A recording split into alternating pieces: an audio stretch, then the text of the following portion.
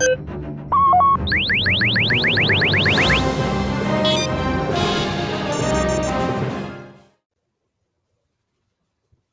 everyone. I am absolutely honored to be joined by the great Joe Bongiorno, one of my favorite people in the fandom, and really, really the author of this shelf of wonderful books up here, Supernatural Encounters. One of my favorite books I've ever read. I by moving the camera, I've messed up our beautiful shelf connection here. There I'll we go. try to get that back. Look at that. The shelves line up like magic. We're in the same room. Yeah, we're in the same room. I could give a high five across here to the other way. Yep, there we go. Boom. Look at that. But honored to be joined by Joe Bongiorno today to talk about how he got into the Star Wars expanded universe and how he's engaged in it. And Honored to be here, Brennan. Thank you so much for having me. Of course, I'm so grateful to you for coming on today. Pleasure. I first started emailing you a couple years ago, 2019, 2020, and you've been nothing but so kind the entire time. And meeting you at Legends Con was a highlight for sure of the event. It was for me too. You and your mom were amazing. It was great to get to talk to you guys in person. And I remember those early emails exchanges we had because they were so yours were so insightful. I'm like, wow, this guy really knows. He knows. I had no idea at the time, what your age was. So I was like, oh, he must have been in EU fandom for for decades. I remember I kept pestering you about the titles of the Ewoks picture books, the foreign picture books. I kept asking you about those over and over, and that's right. I was just always so curious because you had all these insights, and you always had to bear with me and kindly would take the time to answer my questions. But I probably could have answered them quicker. My computer is normally upstairs, so I can get lazy sometimes. And I was like, oh, I have to go look at those, or go on the timeline and what's the names of these? Yeah. And then the German ones came out, and it was like, oh, all right, we got a whole new batch. Yeah. And so I would email Thomas Rothowski. I was like, what's the English titles of these? And so that's another project, by the way, to get out to you guys is those gorgeous illustrated Ewoks. I'm so excited about those. Exclusive, yeah. Because the fact that they tie into the animated series and the comics is really kind of neat. I wish there were 100 of them. Instead of just it's 5. I think there's just 5 issues, and they're not even full length issues, but they're great. If you're a fan of that stuff as we are, it's new EU that nobody except those in Germany have. Lucky Germans. And you said they continued on some of the storylines of the comics. That's mind blowing to me that they took the time to include stuff from the comics. You remember Prince Plu's? Yes. There's Prince Plu's Returns. So there's an actual sequel to that story where they meet up again. That's awesome. It is. Any Lizard Warrior stuff? I want to say yes. That's ringing a bell. I think there is a return. It's either them or. Yeah, I think it's them. Oh, that's very cool. Or it's the small, because there was a short reptile. Oh, the race. Underwater dwellers. Yeah, it's one or the other. Yeah, so I love those species so much, and they got renamed in Supernatural Encounters to have new names, which was wonderful as well. Some of those names came from. I was fortunate enough to have found the production stills. Right. That's the right term for it. It's the animation cells. Right. It has the drawings, the stills, and notes on the side. Yeah, and some of those notes had the species names on them. That's So it was like, that's oh, amazing. we have a canonical name. It was great. It wasn't That's always the wonderful. case. There was a few I had to make up because they just didn't exist. Yeah. So that's always like a project of like, okay, what what makes sense for this race, like, or how do Yeah. we connect them to another pre-existing EU Mhm. race if it's close enough in Yeah. visual appearance. So yeah, it's fun stuff. I think it's fun. If I recall, I think it's really great. If I recall, the underwater dwellers were called like draconians or something like that. I think. But I thought it made perfect sense and it worked really well. And I've always been a huge fan of the alien species in Star Wars. Like in the first movie I ever watched, you go into the Mos Eisley Cantina. It's like, who's that? Who's that? Who's that? I want to know all their stories, like these really interesting looking aliens. And so getting to know about the origins of them, the connections, the shared ancestry of them was just some of my favorite parts of the book. Thank you, thank you. There was some the favorite things.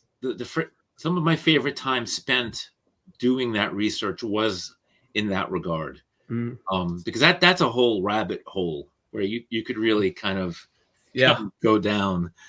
definitely. Yeah, and then like it was cool because then having like a team of editors, you get more feedback, and they're also like that team are all so very different in every way, shape, and form. Like in terms of like their worldview and the aspects of the EU that they love, or and they so it was cool because of that you do get like a multiplicity of like responses and Mm. feedback, which I Eh, think is helpful and appropriate.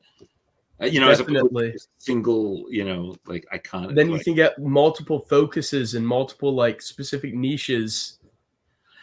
yeah. When it came to the Sith stuff, that was particularly helpful because that's so there's so much open to ideas, Mm. that exist. That's something I guess we could get into like down the road. Yes, Yeah, we will return for another video later with Marcel as well, co-host of the Supernatural Encounters interviews, where we're specifically going to be delving into the that book there. But right. today we have a whole slew of other uh, Star Wars Expanding Universe general related questions, and the first one to delve into is, what was your first memory or experience with Star Wars? It certainly seems like it's been a pretty big part of your life. So it's probably a memorable memory for you. It is. I was literally standing like here, like right here. The bookcases weren't here. There used to be a TV back here at one time. But I was standing here when my neighbor and friend from across the street, his name is Joe Lodespoda, or Joey Loads. He's now the lead guitarist of the band Maelstrom. He's phenomenal. But at the time, he was just a little kid, and he came, running over. He had just seen, back then it was just called Star Wars. It was before it was retitled A New Hope. Just raving about Obi-Wan Kenobi and the Force and Luke Skywalker and Darth Vader and Chewbacca and Han Solo and Princess Leia, and all these names that are now household names. But at the time, because this was 1977, at the time, nobody, unless you'd seen the film, knew what that was. So I had no idea what he was talking about, but it sounded fascinating. And so my dad took us to see the movie like I think it was like the next day or that weekend. And Joe came with us. I was like, all right, Joe, stop talking. Let me let me watch this thing. Yeah, it just changed everything. It was like life before Star Wars and like life after Star Yeah. Wars. But I had already been a fan of the genre. Like I had been religiously watching Lost in Space, Right. which used to air in syndication, and I used to run home from school to make sure I didn't miss the episode, it was back to back with Land of the Lost. So I was like, when Star Wars came, that just spoke like directly to me. Like I was like the prime audience for that. You were already a sci-fi fan, so it was really geared to you. I was, man, and then Dad brought home some of the Marvel comics, and then around that same time, and I got to tell Alan Dean Foster this in person, but Mom took me to Alexander's department store. This was at a time when you could kind of just leave your kids and not worry that they're going to be like abducted or anything. It's like a different era. But so she would shop in her, like, the women's department. I'd be on the third floor, which had toys and books and games and records. So I was just in heaven up there every time we went. And so she was happy because nobody was pestering her to go home because, I was in my glory. And I, when that book was released, I was there, to see it happen. I saw it on the shelf and I was like, what's this? There's a sequel book. And of course, then I was also cutting out the newspaper strips. This was the early Russ Mann. Right. Yeah. And do you still have those? Do you still have those cutouts? No. No. I don't know how or when I lost them, but I do remember the newspaper like skipping, like towards the end, like it was more sporadic. I'm like, wait a minute, like where is this? I never thought that they would be like reprinted and collected because that just didn't happen back then. And then like this set came out. Let me show you. Show and tell. This set came out, right? Which had at least that's a rare set. So I've heard. Aren't those signed and numbered as well? Yeah, I believe they are. That's wonderful. Let's go in and find. It's absolutely insane.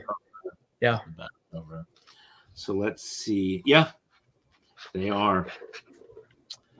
That's incredible. Isn't that? That's Archie Goodwin and Al Williamson. Yeah. Oh, man. So that's so cool. Yeah, that was awesome. Was that a 90s set? Yeah, I think it was. It was a 90s set. I got it on the secondhand market. I didn't get it when it first came out because I didn't know it had come out. Back pre-internet, you didn't have as easy access to like knowledge. So you had to kind of haunt comic book shops and bookstores to know, or collect Starlog, like magazines like that. There was a few Cinefantastique and Fangoria, and there was a bunch of them that did, and fanzines. That was the era of the fanzine. Yes, that's kind of how you found stuff out. Was through that, and then I mean, at that point I was driving, but before I had a car, it was like, please take me to the comic book shop or to the bookstore. So because I didn't have a local one, so the idea of like going to like get it myself was an impossibility. So yeah, getting a car was great. And then when the internet came along, it was it was just a lot easier to find stuff. Yeah. And those I talk about this often, but those pizzazz issues were, no one knew what they were. Nobody knew that Marvel had done this magazine with exclusive Star Wars EU in it. So not a lot of people had picked them up back then. It was just a very different time. They didn't pick them up. They didn't know what they were. But Roy Thomas had done an ongoing story in each of those issues. And when I found out, I was like, how do I find this? Because I was obsessed with making sure I had every story. Of course, the Star Wars collecting bug. It'll get everyone at some point. You either have that passion for this thing that makes you want to go deeper into it, or you don't. And it's fine. It's fine if you Yeah. don't. Like that's, I mean, like when I watch the MCU, I don't have any desire to kind of go deeper into the lore, because I'm not a superhero fan per se. I'm a Yeah. casual when it comes to that. I like Yeah. what I like, and I've kept up with it all, because I think it's entertaining. Absolutely. But I've never been interested in reading or going deeper, whether that's Marvel or DC. Yeah. But I managed a comic book shop for some time, so I understand the passion Yeah. fans have for it, and that's the passion I have for Star Wars and other things. So I guess you either have it or you don't, and sometimes you don't know what it is that's going to connect you, whether it's a certain film or a certain piece of expanded universe that Mm. but for me they kind of all converged at that same time. Yeah. It sounds like the next question was going to be what was your first memory of engaging with the EU? But that was there early. Like right off the bat, those comics were being brought home for you. I remember missing issues, and it's like like like if you missed an issue, you pretty much, unless they had back issues, and not every, first of all, I didn't comics weren't just sold in comic book shops back then. Some of them were in like corner grocery stores And drugstores and stuff like drugstores, that. right? Yeah. Thank you. That's what I meant to say, in drugstores. And so they sent back whatever didn't sell, So Yeah. if you missed an issue, it was like, like, especially if you were the only one getting them. So if you had friends that were getting them, then you could, like, hopefully your friend got that missing issue and you could at least read it. Yeah. But that wasn't the case for me. I was the only one into the EU in my friend and family group. So it wasn't called the EU back then. Yeah. It was just Star Wars. But that used to drive me nuts. I would have like a consecutive run for like 4 or 5 issues, and then be missing an issue, Mm. another batch, and I do still have those. They're all Nice. beat up because I would read Yeah. over and over again. Would those go in your school backpack to school with you and just go around everywhere, wherever you went? I Type know, of deal? I never trusted.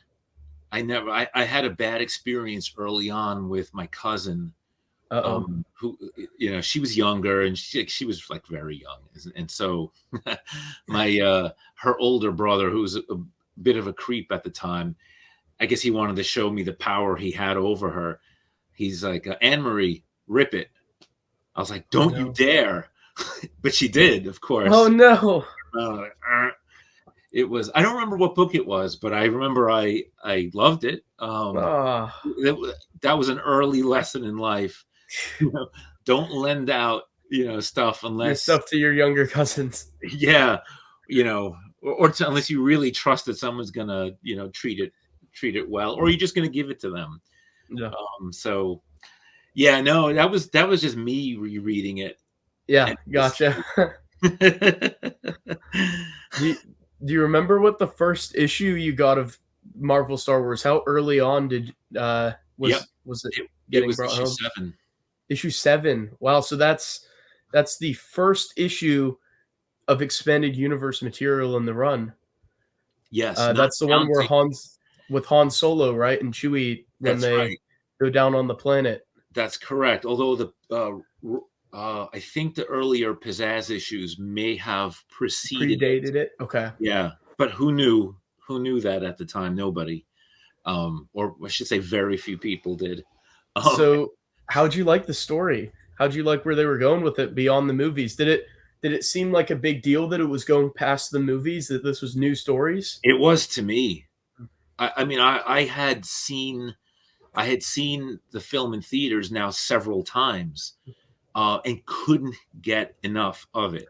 Like there was no limit to like how many times I ended up seeing that film. I can't even tell you, like, just over and over again. And then the home video and on, because I have like every format, so starting with VHS and and moving on from there. And so George trained us well, um, you know, with multiple releases. But it was a huge deal. I mean, to me, like this was the story. There was no distinction of like this was the story moving forward. So it's all the EU has always been part of The main story to the you. main story to me, always. And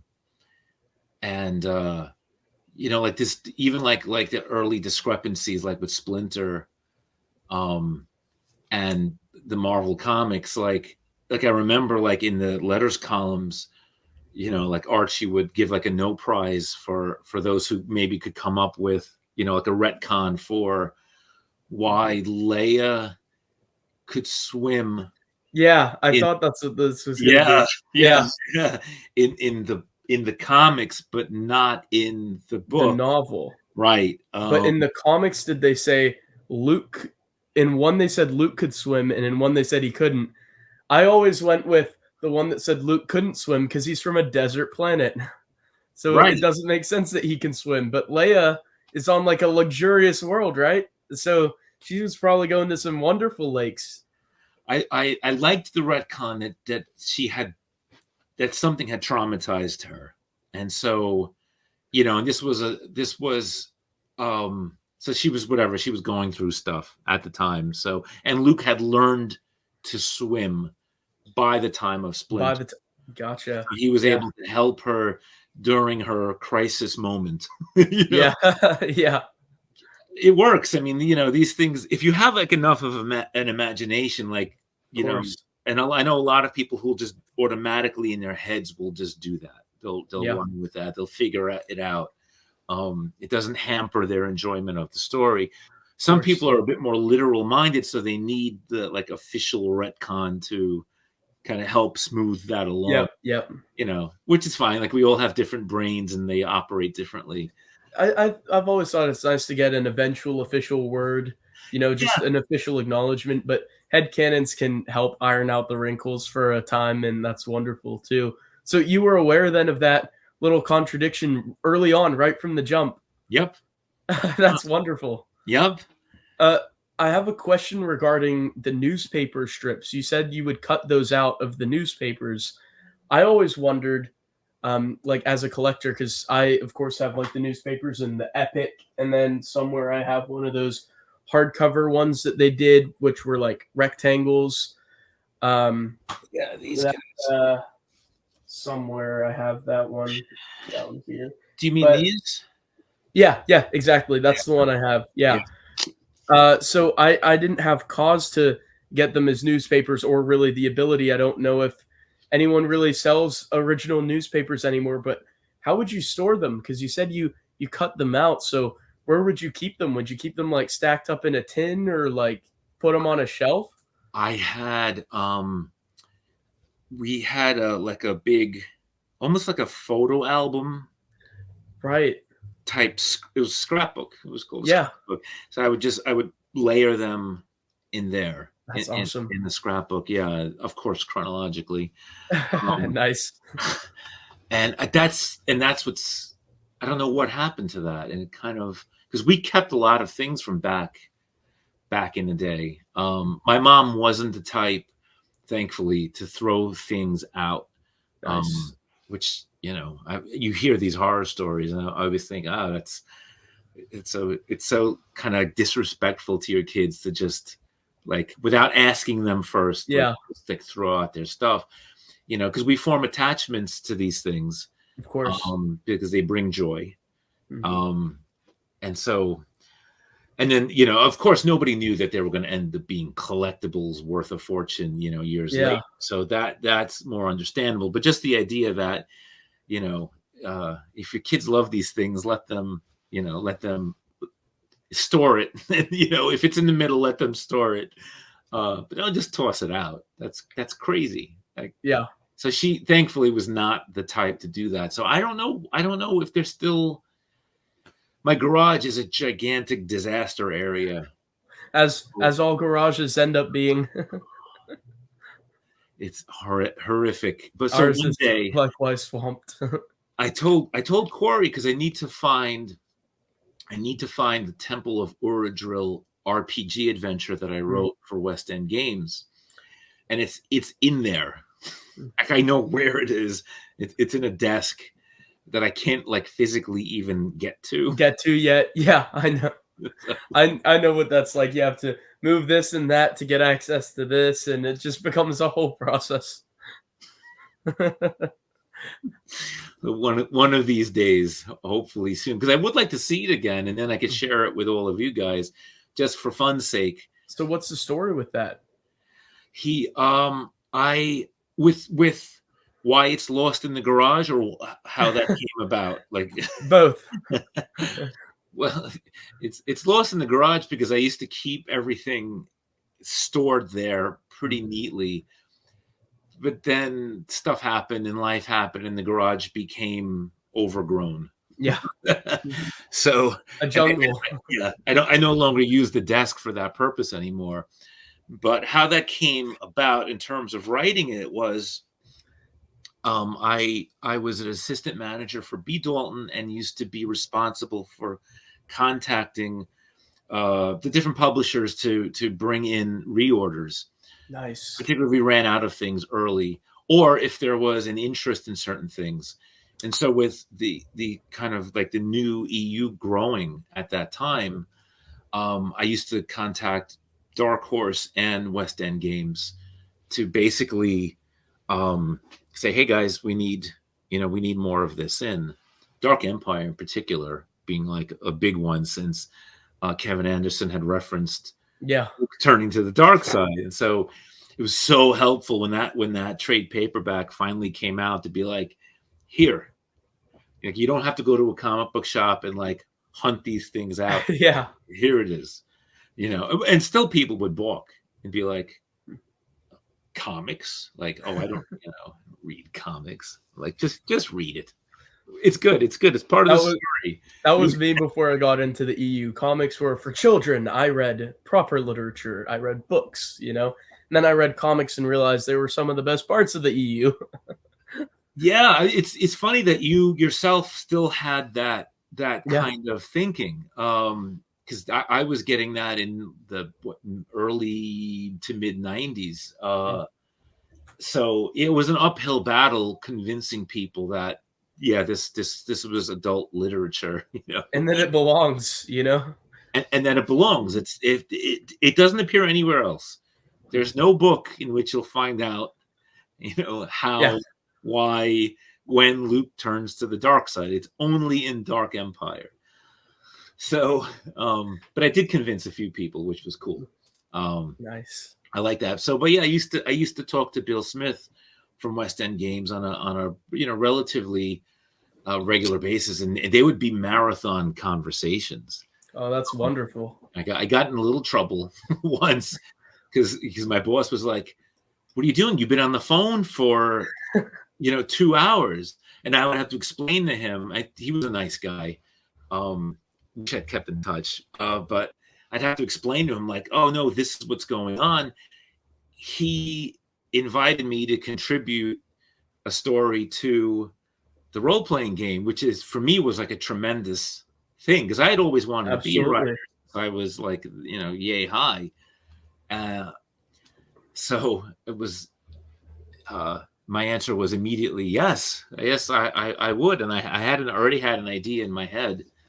So that's how that got started, and that was for, what was that for? Do I have that sitting here? That was intended for this, but gotcha. They ran out of room, or I took too long to get it done in time, and so it never ended up being published. I did get my name credited in here, which was nice. Oh, on Bill's part. Your name's in the back of that one. It's right in the. I think it's right in the front, actually. Let's see. So did you contribute anything to that volume, or? Yeah, I'm right here. Play testing. Oh, nice. Well, I'll have to get a copy to bring to Legends Con too, you know? That's a fun story with that one. I have nothing in it, other Yeah, than the fact that it was supposed to that it be was supposed to be there. in it. Yeah. And And the unpublished story's gone, not been published yet? Not been put out anywhere? no, what this begins a pattern of things. Bill ended up getting fired or let go from West End Games. Yeah. Um, I shouldn't say fired. He was let go or he left because the owner was funneling you Yeah. know the story. Yeah, he's Mhm. funneling money from West End Games to Bocce Imports, which was his shoe company. Shoe company. That's when I Failing shoe. found that out, that was the most wild thing ever. West End Games was taking their proceeds and putting it into a shoe company. It blew my mind. You know, I get it. It was his family business that Right. he had inherited. It just wasn't doing well. It was failing, and Yeah. he thought, well, I'm making enough money from West End Games that I could keep. Maybe I can keep both alive, but he couldn't. You know, the bottom line was he just couldn't, which is, you know, a shame. Don't get me wrong. Not that Wizards of the Coast or Fantasy Flight didn't do great things too. Sure. It's just that, you know, there was something special about West End Games. Yes. You know, No doubt. at least it was to me. Me too. Yeah, yeah. I remember you did a great video on the debate between.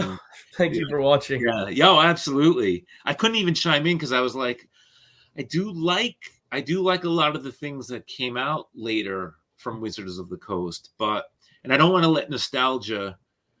You know, I never want to let nostalgia, because I don't think in those terms usually, like interfere with, you know, like, you know, because I was there when they were first doing that, so it's easy to be like, you know, like, oh, they were first, but you know, with new things can come great things. You just have to have an open mind Yeah. for the potentiality of that, as Mm. opposed to just being like, oh no, that's new, or you know, whatever. Mm. So That's a great anyway, way to look at things. yeah. So so that was going on with that's how that got started. That whole the whole thing, the whole That's awesome. train. So your name's in the book, but the story ultimately didn't make it, and it's now in the garage. It's in the garage, which hopefully you guys, I'll scan it and then you guys will have it. And then I don't expect it to be any good whatsoever. That's new EU. It's new. It's probably I told Corey, I said I'll probably want to edit it to like make it, but I won't because that's what I wrote. That was where I was in 90 whatever year Yeah. that is. And I don't think I was particularly good. Um, the adventure itself, if you've seen Conan the Barbarian, Mm. it was basically like the Temple of Uradril was essentially like the cult of Thulsa Doom, but like put in Star Wars Okay. terms. Um, and of course, Uradril survived into supernatural encounters. Indeed. And he was a kind of Waru like entity. So And yeah, had Crystal Star come out by the time nope, you'd been this writing it? was pre-Crystal Star. So So you saw the connection later. I saw the connection later. It was like it was both an etymological connection because Waru and Uradril, and then you've got like temples of Kuru in another material. And I was like, ooh, you know, it kind of got the wheels like. Did you see the Uradril Waru connection when you first read Crystal Star, or was it after a while? It was because I hadn't probably been thinking about that story, so it was probably after a while when we were doing cult encounters that it came into mind, like, oh, look at that, that's interesting. Yeah. I always loved Crystal Star from the moment it came out, so I never had any issue with it. I was like, oh, this is really weird out there stuff, but I knew Star Wars could be weird and out there. Because you'd been keeping up with some of those old Marvel comics and the newspaper strips, so there's some out there stuff in those. That's yeah, exactly. Like, so if for fans who came in with Tim Zahn, you know, that was a lot more of a straightforward. It was closer to like science fiction. Yeah. Whereas what Archie Goodwin was doing was what Lucas was doing, which was space opera, which is a very different entity from like straight science fiction. So space opera allows for much weirder kinds of stories. Yeah. You know, I mean, it really does run the gamut, from romance to horror and everything in between. So science fiction is a little bit more narrowly focused. Sure. Yeah. And arguably, I mean, the Thrawn trilogy, you know, it is arguably still space opera, but the style of it has a science fiction feel to it. I always thought that the Thrawn trilogy read like the prequels in a way, like in its tone. Oh, interesting. It feels more like the prequel trilogy to me. Very interesting. I could, now that you mentioned it, I could see that. Yeah, there was a more kind of Stentorian like approach, minus the Jar Jar aspect. The Jar Jar aspect, sure. I don't know if the connection's in my mind because of like Coruscant. Like Coruscant's a prime setting in both, but I don't know what that connection is. But it feels tonally like linked for some reason to me. I almost feel like Lucas put Jar Jar in because of how like tonally serious the Phantom Menace was, and he may have feared that, oh, I'm going to lose a younger audience here, and so I need something for them to connect to. Whereas I would have made Jar Jar a more cynical character, one who didn't believe in the Force, and you know, was kicked out not because he was clumsy, but because he wanted to go to war with the humans of Naboo. That would have been a really good story, right? Like, I think, I mean, it seems that way, but again, that wouldn't have solved the problem that Lucas felt he was facing, because that kind of character is still a more adult character. He wanted one that was going to connect to a younger audience. Yeah. So were you a Jar Jar critic or Jar Jar fan when Jar Jar came out? How do you feel about him now? I was admittedly, when he first came on screen and that early dialogue, I felt like something in the pit of my stomach like dropped, like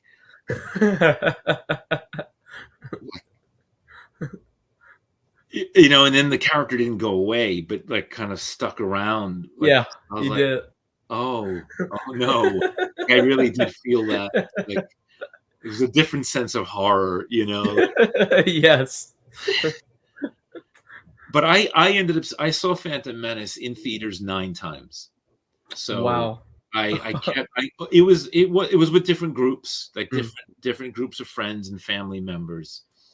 I don't know if that I was trying. I knew there was something there. Like, I knew there was depth to the story. And by and large, the people I went with did respond positive. But I would prep them beforehand about the political situation, so that they were coming into it with some context, more context. Yeah. And that way they wouldn't get lost. Because I think part of the problem with the way the film is structured is that you're jumping very chaotically from Jar Jar antics to these very serious conversations, and then back to Jar Jar antics. And it's hard to, you're trying to figure out what is the political situation with the taxation of trade routes and you know, blah blah blah. Yeah. I don't think, I get what he was going for. I don't think it was executed as well as it could have been. I would love to, as I would with all the films, I would love to go into the editing room with you know, scenes that weren't put in, and see if I could edit together an extended version that gives a little bit more breathing room, and maybe a bit, because when you read the novelization, everyone who reads a novelization thinks this is a great story.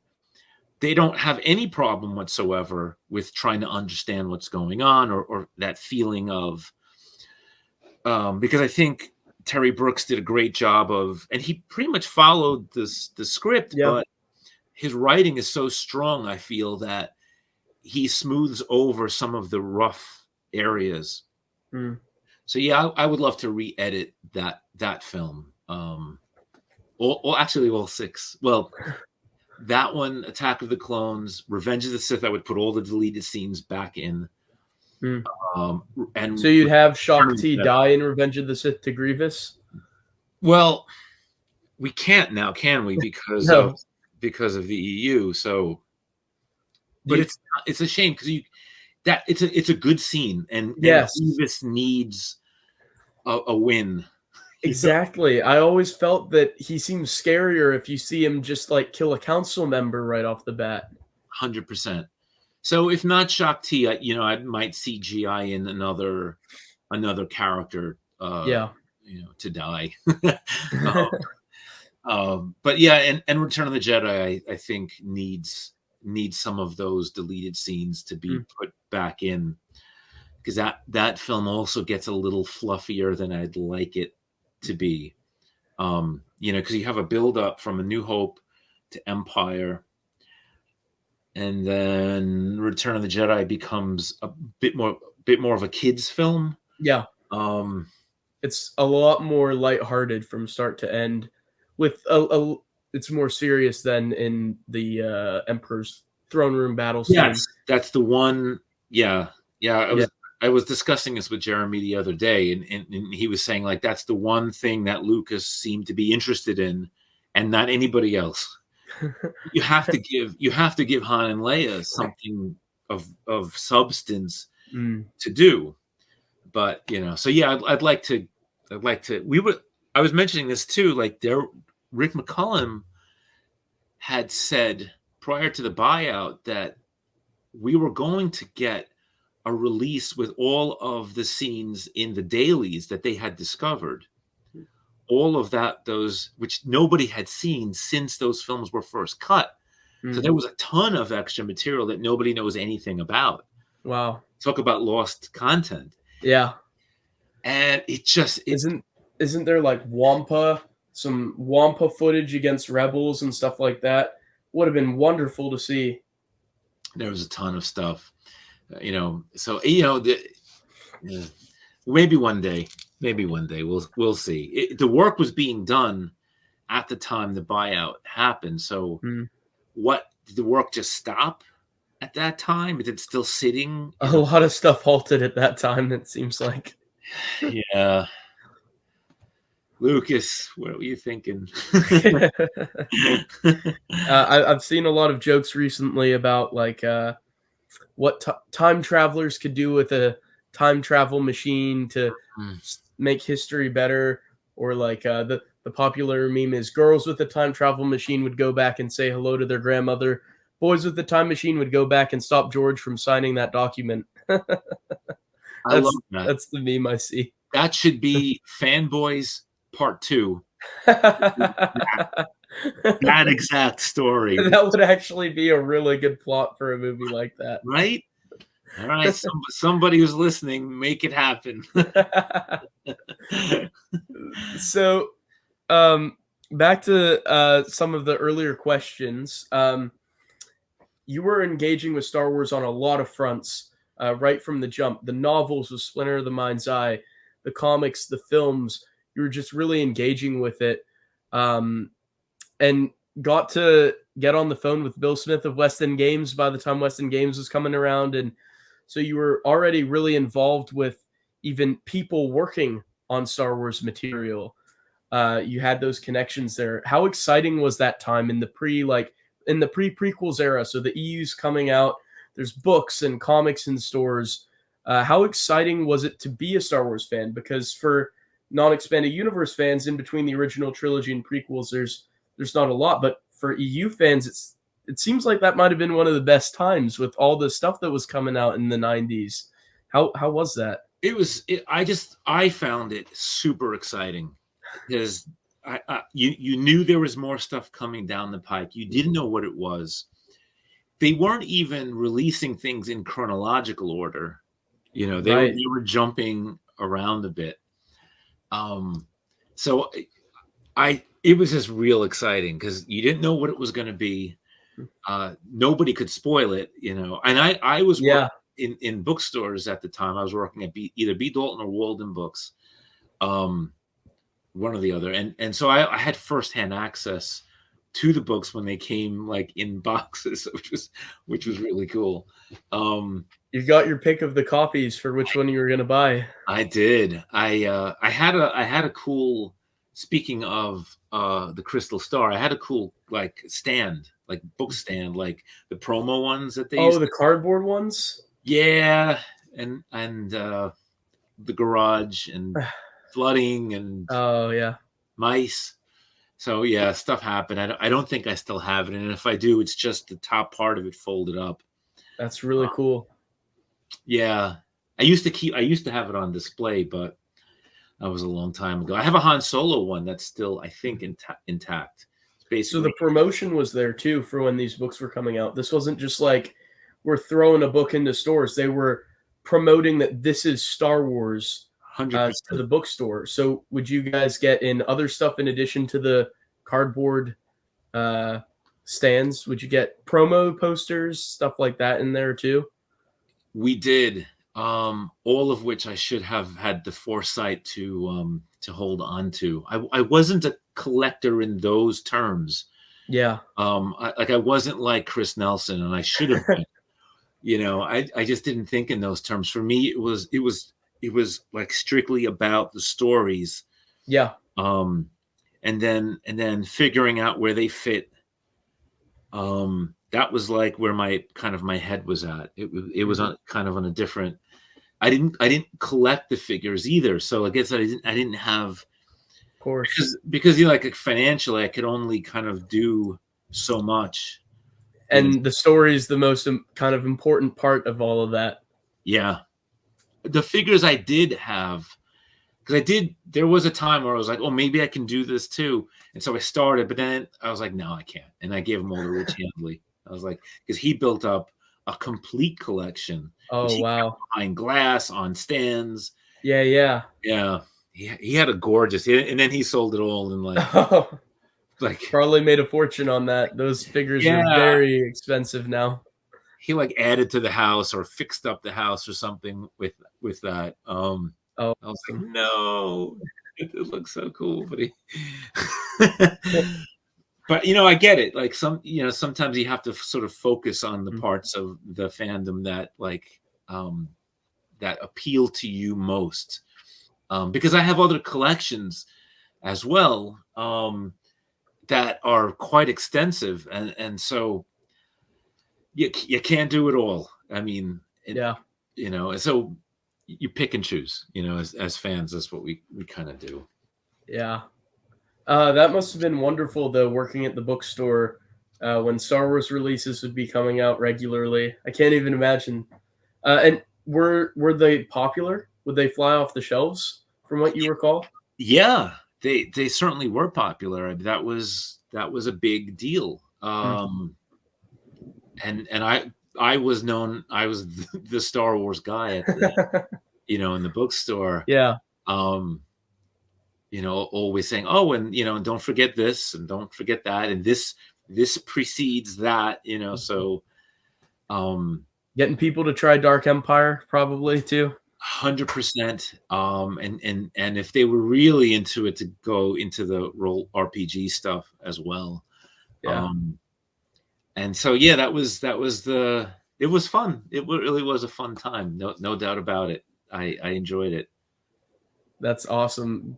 You know. Retracing our steps backwards slightly back to the Marvel runs that were coming out. I know you're a huge fan of the Star Wars Marvel comics. So I wanted to ask, even though it might be a difficult question to answer, favorite arcs, favorite arc or arcs that came from those Marvel comics. It is hard to pick though, isn't it? Because I think there's a lot of great ones. I think almost everything Archie touched was gold. I think, you know, he had his, he was just a phenomenal. He understood what space opera was. You know, he was versed in the history of the genre.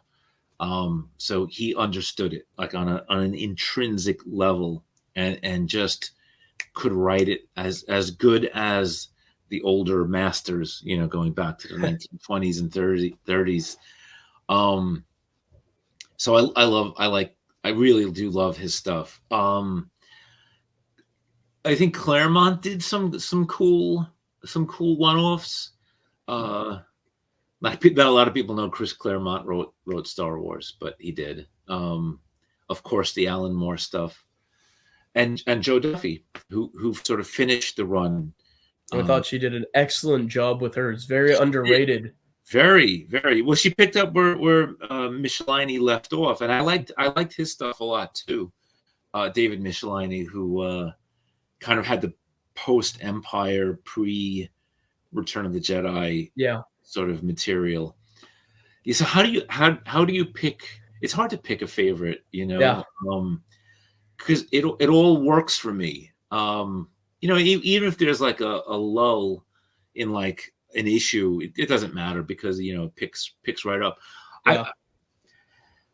I wasn't as critical then either, and I've read that stuff over and over again. I still feel it holds up.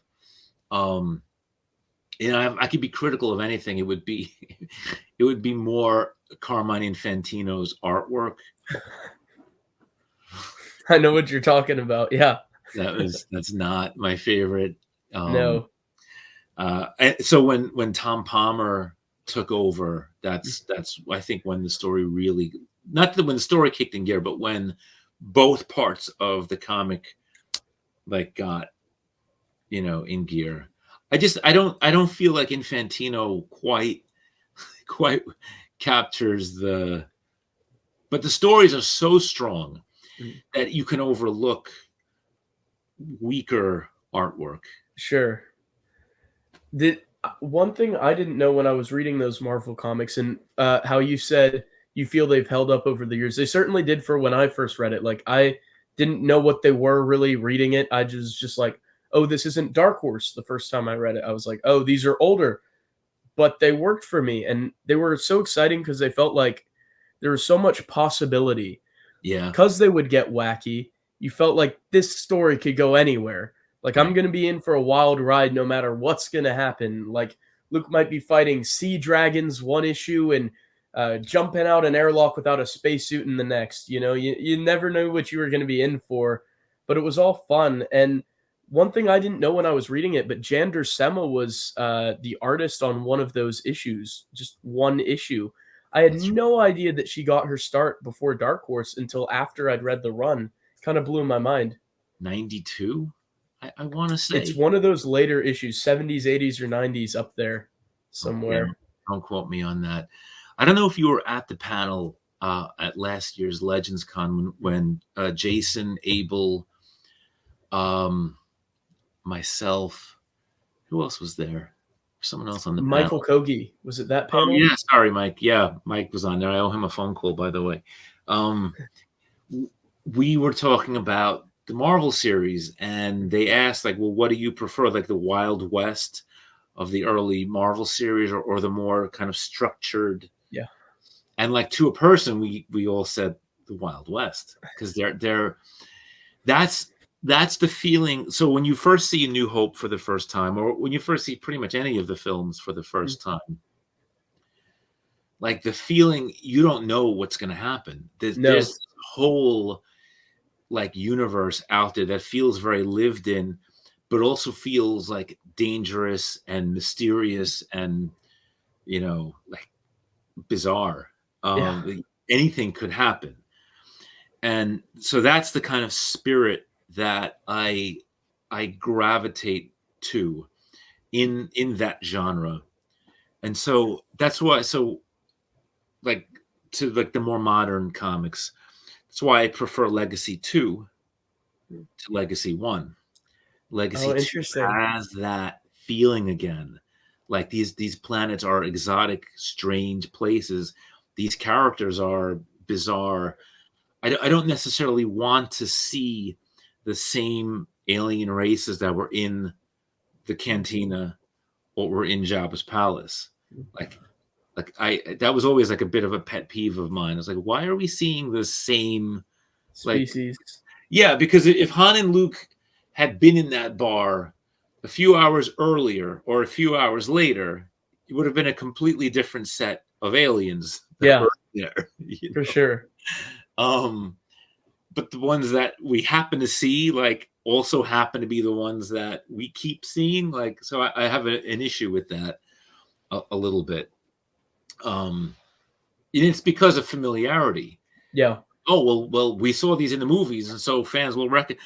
But we know we're reading Star Wars. It says it right on the cover that this is Star Wars. We don't, like, part of for me, again, the interest is the exotic and the mysterious and not knowing what's, And those original Marvel comics had tons of that appeal that you're talking about. Like, so many new aliens that we would see. Like, you want telepathic rabbits, it had telepathic rabbits, I mean, we had witches long before of Dave Wolverton brought in the Dathomirian witches. We had witches on that unnamed formerly unnamed planet. I mean, so there was so much that was there. The lore is so rich.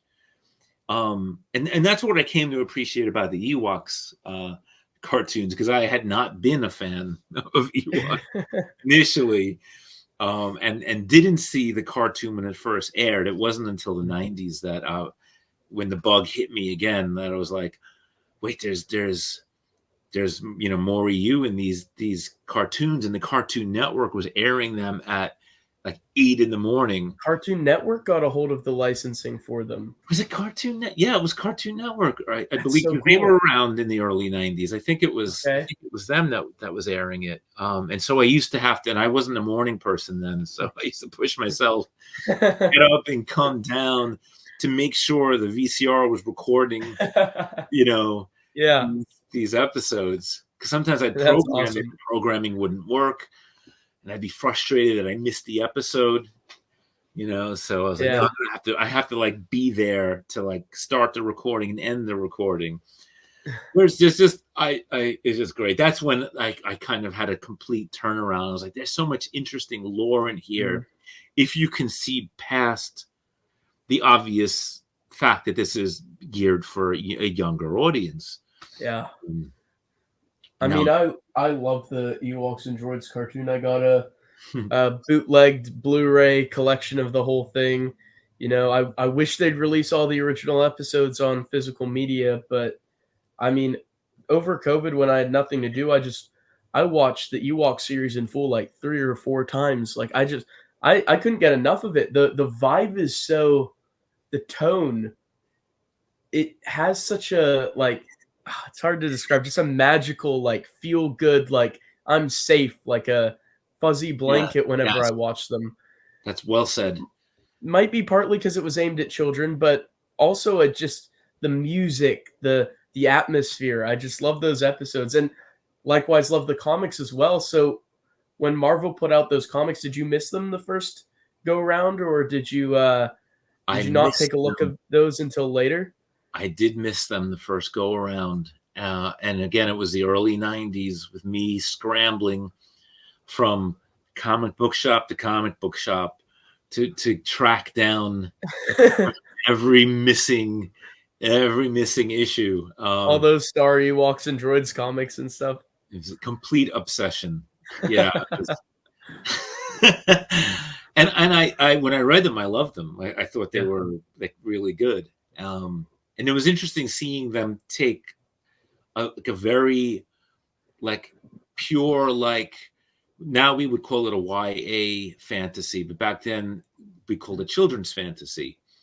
And at that time I was starting to get into children's, like, classic children's fantasy, with L. Frank Baum and Wind in the Willows and different things like that, because I thought they had, like you said, a certain magic to them particularly when you go back to like the early 1900s. I think there is a certain magic to a lot of that stuff back then. A lot of genre fiction, whether it was adult or children's, fantasy, horror, science fiction. I think there is a certain magic because again, there was a Wild West aspect before the corporations kind of came in and said, "Oh, this sells. We want more of that." Right. So do this Yeah, in your stories. which is again, I have to preface this by saying that's not to say that great stuff can't come out within a corporate system, because clearly it has. Like, so, anyone who's a fan of anything in the 1980s, for example, that's all, that's, that's all big corporate Hollywood, doing that stuff. So to like say, oh, those were great, but what comes out now is terrible, is a bit disingenuous. It's just you have nostalgia because you were For a kid. that. Yeah. And you don't have an open heart Mm. to new things. There was just as much garbage coming out then as there is now. So just I try to approach everything with an open mind because I want everything to be good and great. Yeah. And sometimes I'm surprised that it is. Yeah. When you turn on a movie, at least I never watch a movie hoping I'm gonna hate this. I always hope that I'm gonna enjoy it. And sometimes you'll find a movie that's so bad that it can be good Right. still. And that's equally as good as if it's genuinely good, you know? That's a wonderful attitude. I love that. And the reason is because you're not a content destroyer, as Marcel puts it, which I love. It's a fantastic term. You're not invested in making money from hate content. Yeah. That's where a lot of that really just stems from. Yeah. Is they make people are apparently drawn to negativity. Yeah. And so It gets clicks apparently. it gets clicks, and so people feed into that because they're making a tremendous profit off of doing that. And I think that's such a shame because it destroys one's ability to approach something with an open heart and fall in love with it. Because they're coming in like, oh, I heard, so and so say, how horrible this was, and they either don't watch it or they hate watch it. And it's easy to get sucked into that. But and you see that also with the anti-EU, crowd, which has always been around, incidentally. It's been around, from the earliest days. Was it different back then? Were they geared to hate it in a different way than it is now? Because a lot of the hate I see now is based around certain things George said or based on certain things whoever said. But in a time before some of these quotes were out there, what was the hate directed at for kind of these anti-EU people? I don't know. I was talking about this just recently. It was either with Arthur or with Harry or Robert or Corey, somebody. Sorry, my memory is terrible. But I was just talking about how back then it was more about like, we're reading this because we want to be seen as. Was I talking about it with you? Might have even been with you before. We were talking about this before we started recording. Terrible memory, like short-term memory, awful. But yeah, basically it was like a status symbol. Like, oh, I want to be known as the greatest Star Wars lore expert, so I'm going to read these even though I think they're complete garbage. Right. Well, that's not a great use of your time. I mean, you're free to do, whatever you want, but wouldn't you rather find something that you love? I mean, and the fact of the matter is no long-running series is going to be a hit all the time. Yeah. We're looking at you, Clone Wars Gambit. you know? Yeah. Well, that Clone Wars era did just too much material in that. I think Yeah. very It's kind of it makes it hard to go through because that the 3-year war feels more like a 30-year war, yeah, you know? right, yeah. It's just a lot of material, but any long running series is going to have hits and misses. And Yeah. you take, when you're a fan, you take the good with the bad, and you say, all Mhm. right, well, that one didn't work for me. Mm. Moving on, and if you want to go deeper into it, these are the reasons it didn't work for me. Yeah. Because you learn how to sort of articulate why something, and it's not always that the thing itself is bad. Mm.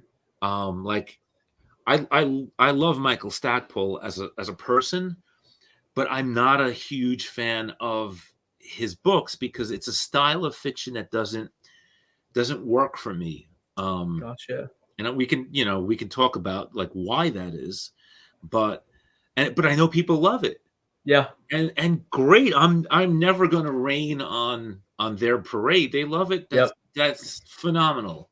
It's just not. It doesn't click for me. Of course. It's like I feel like sometimes like for stuff that I don't like, it's not necessarily that it's always bad. It just might not connect with me on some level. Like Dawn of the Jedi Into the Void. I'm not a fan of that. Knight Errant, I'm not a fan of. Sorry, Marcel and Max. I might summon them right now. But Maxine knows I love it. I love it, and will defend it with her. But yeah, absolutely. And I get Marcel, it. Some books took me a second read yeah, before I clicked with it. Barbara yeah, Hamley's books, it took me a second read, right. and I was like, oh, what was why didn't I like this the first time? Like I couldn't even understand why I didn't like it the first time, Yeah. but I really didn't like it the first time around. Mm. So I was like, is it me? Like, and oftentimes like it is like if you're like not in a great mood and you're reading something that maybe is not in a style you're used to or Mm. isn't covering maybe the subject matter that is particularly up your alley, True. you could be like, when is this going to end? Like Yep. Yep. so it's often like for me, like I'll just put, now I've learned to like just put it down, read something else that maybe is more What you're looking for at that I'm moment. looking for, and then come back to it. You know, so yeah, that was an interesting. But even movies can be like that. I mean, music can be like that. Yes. The first listen of an album, you're like, what were they thinking? But then you hear it a few more times, and you You pick start up to on the get it. groove, and you start to get it, and then you start to find songs you love, and then you're wondering why you were so crotchety the first time round. Yep. So art and entertainment, I feel like, require a bit of engagement. Mm. And if there is something there, because there isn't always. I mean, sometimes something really is just not, isn't there. But by and large, like you can oftentimes, if you give it a few chances, you'll find something that you can connect to. So Yeah. these are aesthetic things that like I said, they depend on our mood and Mhm. the subject itself kind of finding, like finding A so connection point. yeah, that connection. What you said really resonated with me regarding how you might be more interested in a certain subject when you're reading it, and that's why it becomes a slog. I found that to be true with New Jedi Order. Like, I love 16 out of 19 books in the series. I love the Force Heretic trilogy. It feels like it goes on forever, and I wasn't particularly interested in finding Xenoma's Sakat for a long time. And it's not that the characters I don't like are are like, it's not that the characters I like are missing. It's just that it's focusing on aspects of them and putting them in situations that I wasn't particularly interested in. So I've Mhm. not gone back and read it yet, but I was like, could we be like looking at something else here? doing something else here. So like, I just love New Jedi Order as a whole, but there's that one little spot where I'm just like, I'm like, mediocre on it. I if I was an editor, I would have trimmed that series down a bit. Yeah. Just a bit, because I feel it's a big 19 books and then some short stories is a bit of a big commitment. And it was a bold thing. I mean, this is before, this kind of before some of the more modern, like, sprawling. I shouldn't say that, because there was Wheel of Time. There was that. So you did have some precedent for that, actually, but that became more common after, just like the character deaths became. Now it's like, oh yeah, main character dies. That's like, it's come to be almost expected in a way, which is a shame. But it was like in New Jedi Order, can't even imagine what it was like the first time, because a character who appeared somewhere else first dies in almost every book of the series. It's pretty rough. That's bold. It's bold. It's bold storytelling, and that's what good literature does. It changes things up when necessary, and it knows when to do it. And as opposed to like shock value. That's a phenomenal. That is a phenomenal series. I'm looking forward to my reread of that, because I do want to get back. It's been a long time since I reread because most things I've read at least twice, some things 3 times even. The comics, a lot of the early comics I read like multiple times. Comics are, I think, easier to just reread. They are, yeah. Go back into it. Yeah, they definitely are. But I think I went way off topic. I'll do that. So you have to rein me in. No, not at all. The best parts will come from going off topic, okay. I'm sure. I think the original thing we were talking about at that junction was the Marvel series originally. But I joined you in going off into the underbrush. I was happy to join you for the venture off trail, which we can continue to do. I think you were working on narrowing down your list of arcs for the Marvel series at our last juncture. The the Marvel UK stuff is probably what I most gravitated to. Right. Just because it felt, well, part of it was because it felt so special to finally get them, after the long and arduous search. But do you have those original issues in their original form? Well, the first ones I got, where did I put them? You'd have thought, here, it's these guys. No, that's not them. Bear with me. I've got them here somewhere. It's a wonderful shelf. Thank you. I'm running out of room. I should give you guys a proper tour of. Oh wow, look at that. I've got Robert E. Howard and Tolkien over there. Oh, wonderful. And then over here, whilst I'm looking for, so you don't have to see is my yard. Oh, look at that. So I've got, now this is, so in this corner here is where I have like more like the classic sort of space opera, weird horror, weird fiction titles. Yeah.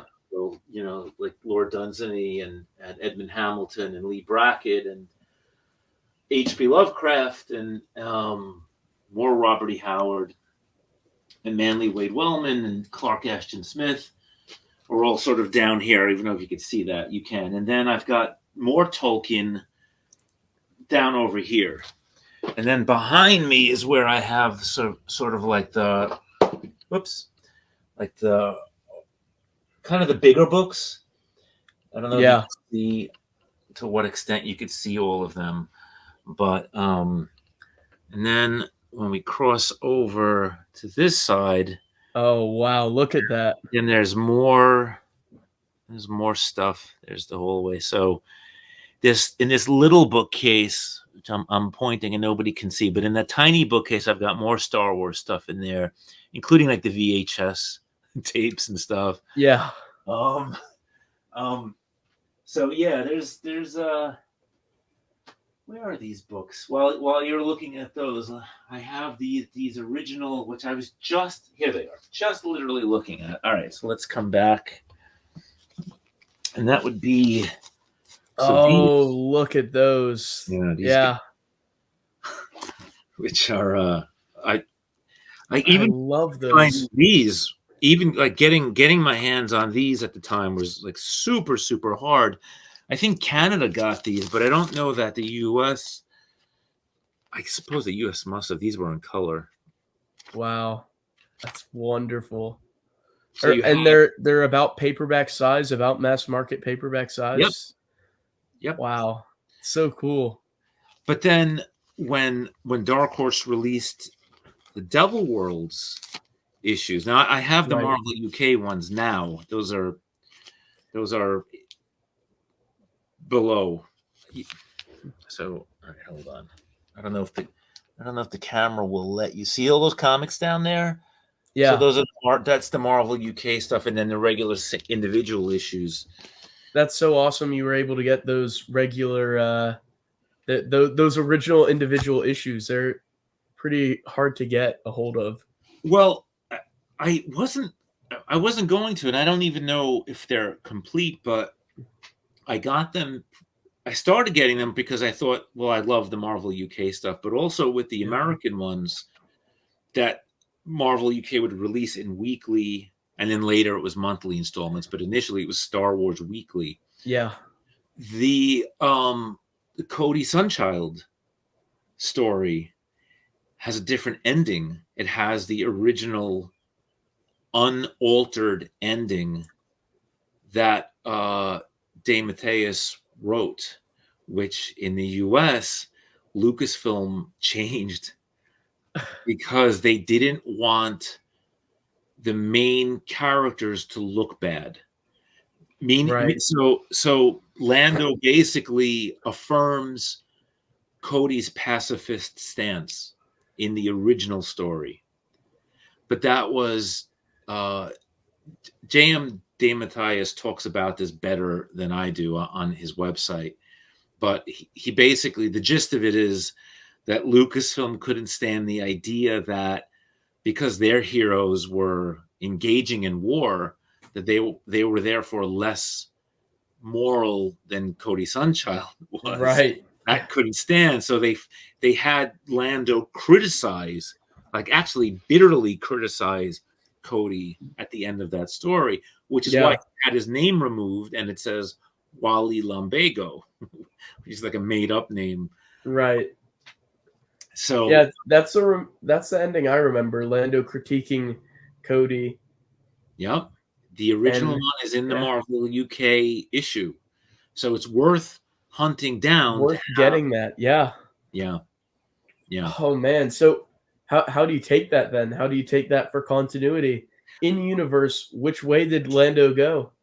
On my timeline, I don't know if you remember in Supernatural Encounters, but on my timeline, even before that, I have the Marvel UK story as being the official one. It's the more nuanced one, I would It is say. it is the more nuanced one, and then in Supernatural Encounters, the retcon was, if I remember what the retcon was, it was an Alliance historian had changed the historical story Oh, that makes sense. for the same reason that Lucasfilm did. Right, of course. um, Brilliant. thank you. But it was a way of keeping both Both versions there. in continuity. Right. So when you think like a lunatic, like these things percolate in your brain, like Yeah. how can both things work? Yeah, I love that you think that way. We've only benefited from that. Thank you. So the Marvel UK stuff is some of your favorite stuff out of the early Marvel issues. Yeah, mainly because Alan Moore was just genius slash madman. You know, Sure.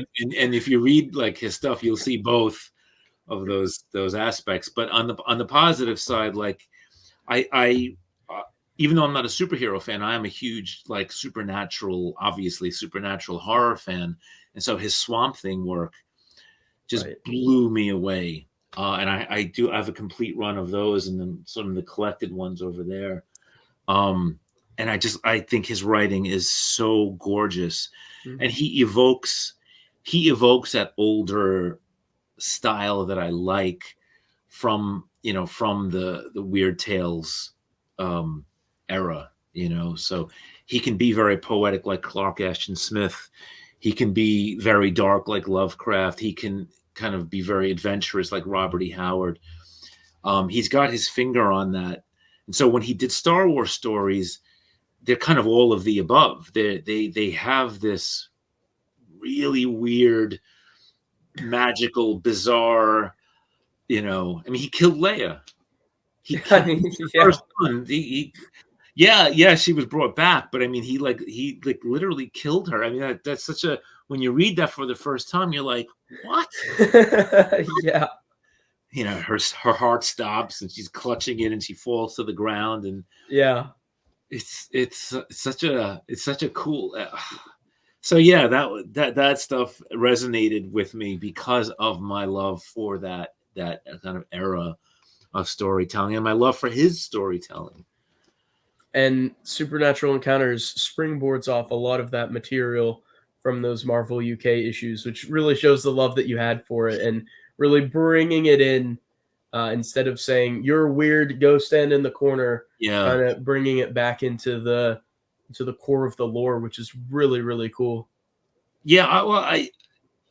There's all of this, and I never saw the point in being exclusionary. Yeah, Which is not to say that I don't have books that I would certainly love to chuck out. But I mean, so I don't love it, but somebody else might. So yeah, you don't, you want to take into account that there is a broader fandom, and just because it doesn't work for you doesn't mean it won't work for somebody else. So yeah, you when you're given this task, I think it behooves any author to consider the fact that there are fans of this material. So mm, at the very least, don't contradict it. For me, and for guys like Abel and Dan and Jason and Rich Hanley, the idea is how do you make it work? How do you take these things and make them all connect so that it makes sense? And yeah, then you've enriched the universe and the individual stories. So now that when you go yeah, back and read it, you're like, yeah, maybe I didn't love this the first time round. It didn't work for me. But now that I see how it plays out in larger, context, I like it better. yes. Um, For some examples of that, like from the EU, even before Supernatural Encounters, the EU would do that. Like Fate of the Jedi brought back the planet that they go to in Planet of Twilight, and Planet of Twilight is like a trip, an acid trip, if you're reading it the first time. But when it comes back to like play a little part in Fate of the Jedi, it's like that story mattered. And so going back and reading it, thinking like Luke will show back up here, in 2-3 decades, like that's really cool. And Supernatural Encounters does that too, to where like if you're gonna go back and read the Marvel comic with the Bedlam spirits, it's going to be completely different with all the context this time around. And that's really the beauty of what you're talking about, enriching the previous material while also making it make sense more in the grand tapestry of things. And it's just really cool. There's nothing like the expanding universe for doing that, I in agree. my opinion. I know very few other universes that had that investment, from the authors, from the editors, and from the Mm. fans. from like everybody involved that were into this, recognizing that, all right, well, it's a seeming contradiction is just something that we haven't yet figured out. You know, we don't know the full picture. That's what a healthy expanded universe does. I feel. And you know, like, again, credit to Lucas, because he allowed that, you know, he fostered it. That's the thing. Like so people who say, oh, he was just a bunch of glorified fan fiction. I don't understand that on a lot of levels, actually.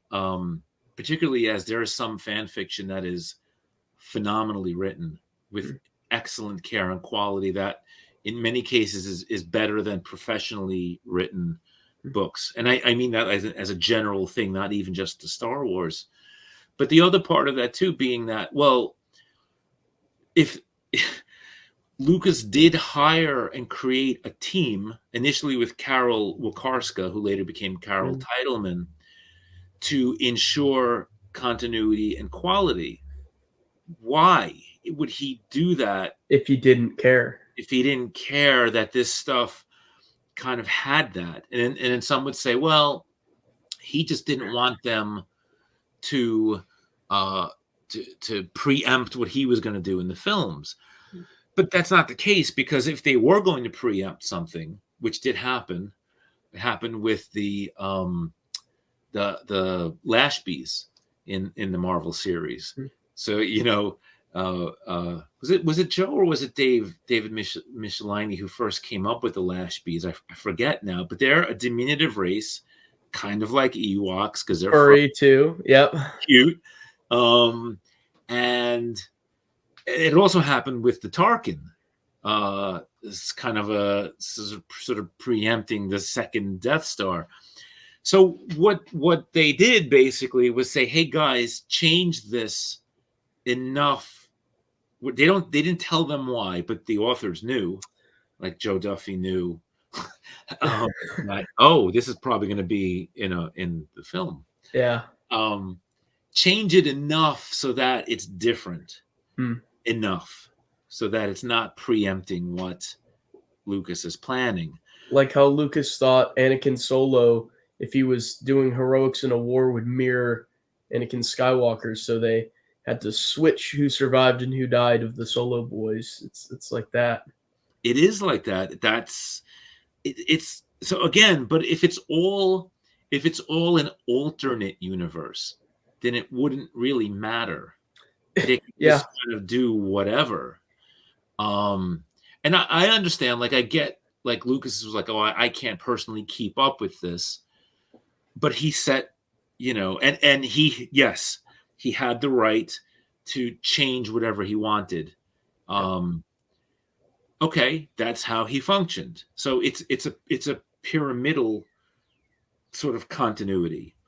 And I mean pyramidal, like pre the continuity levels. Yeah. Because he wasn't operating with that. Lucasfilm wasn't operating with that. That came with later with like Leland Shee. Before that, it was basically that he had the right at the top, if he wanted to change a conception and do whatever the heck he pleased. And look, I mean, he changed his own films. I mean, he was an equal opportunity continuity wrecker. But maybe Dave Filoni learned it from George. Maybe hadn't considered that. Actually, you may be onto something there. But the difference was that Lucasfilm would say, okay, so 1,000 generations of the Republic versus 1,000 years of the Republic. So we had a slight change. And this was the greatness of, like Lucy Wilson and Sue Rostoni, at the time, was to basically be like, all right, well, we can make this work.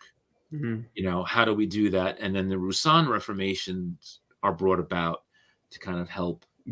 Kind of, so now it all, and out of that came the whole Darth Bane, first the Jedi versus Sith series. and then the Darth Bane novels.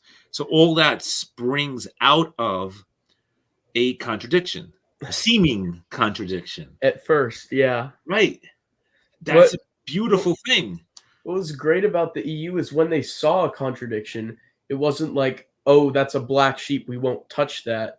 It was like, we see opportunity. It was like real estate for tons more stories, which is just a beautiful thing. 100%. It is. And, I wonder if the Clone Wars, Filoni's Clone Wars, would be better received now if, so Lucas doesn't sell it, right?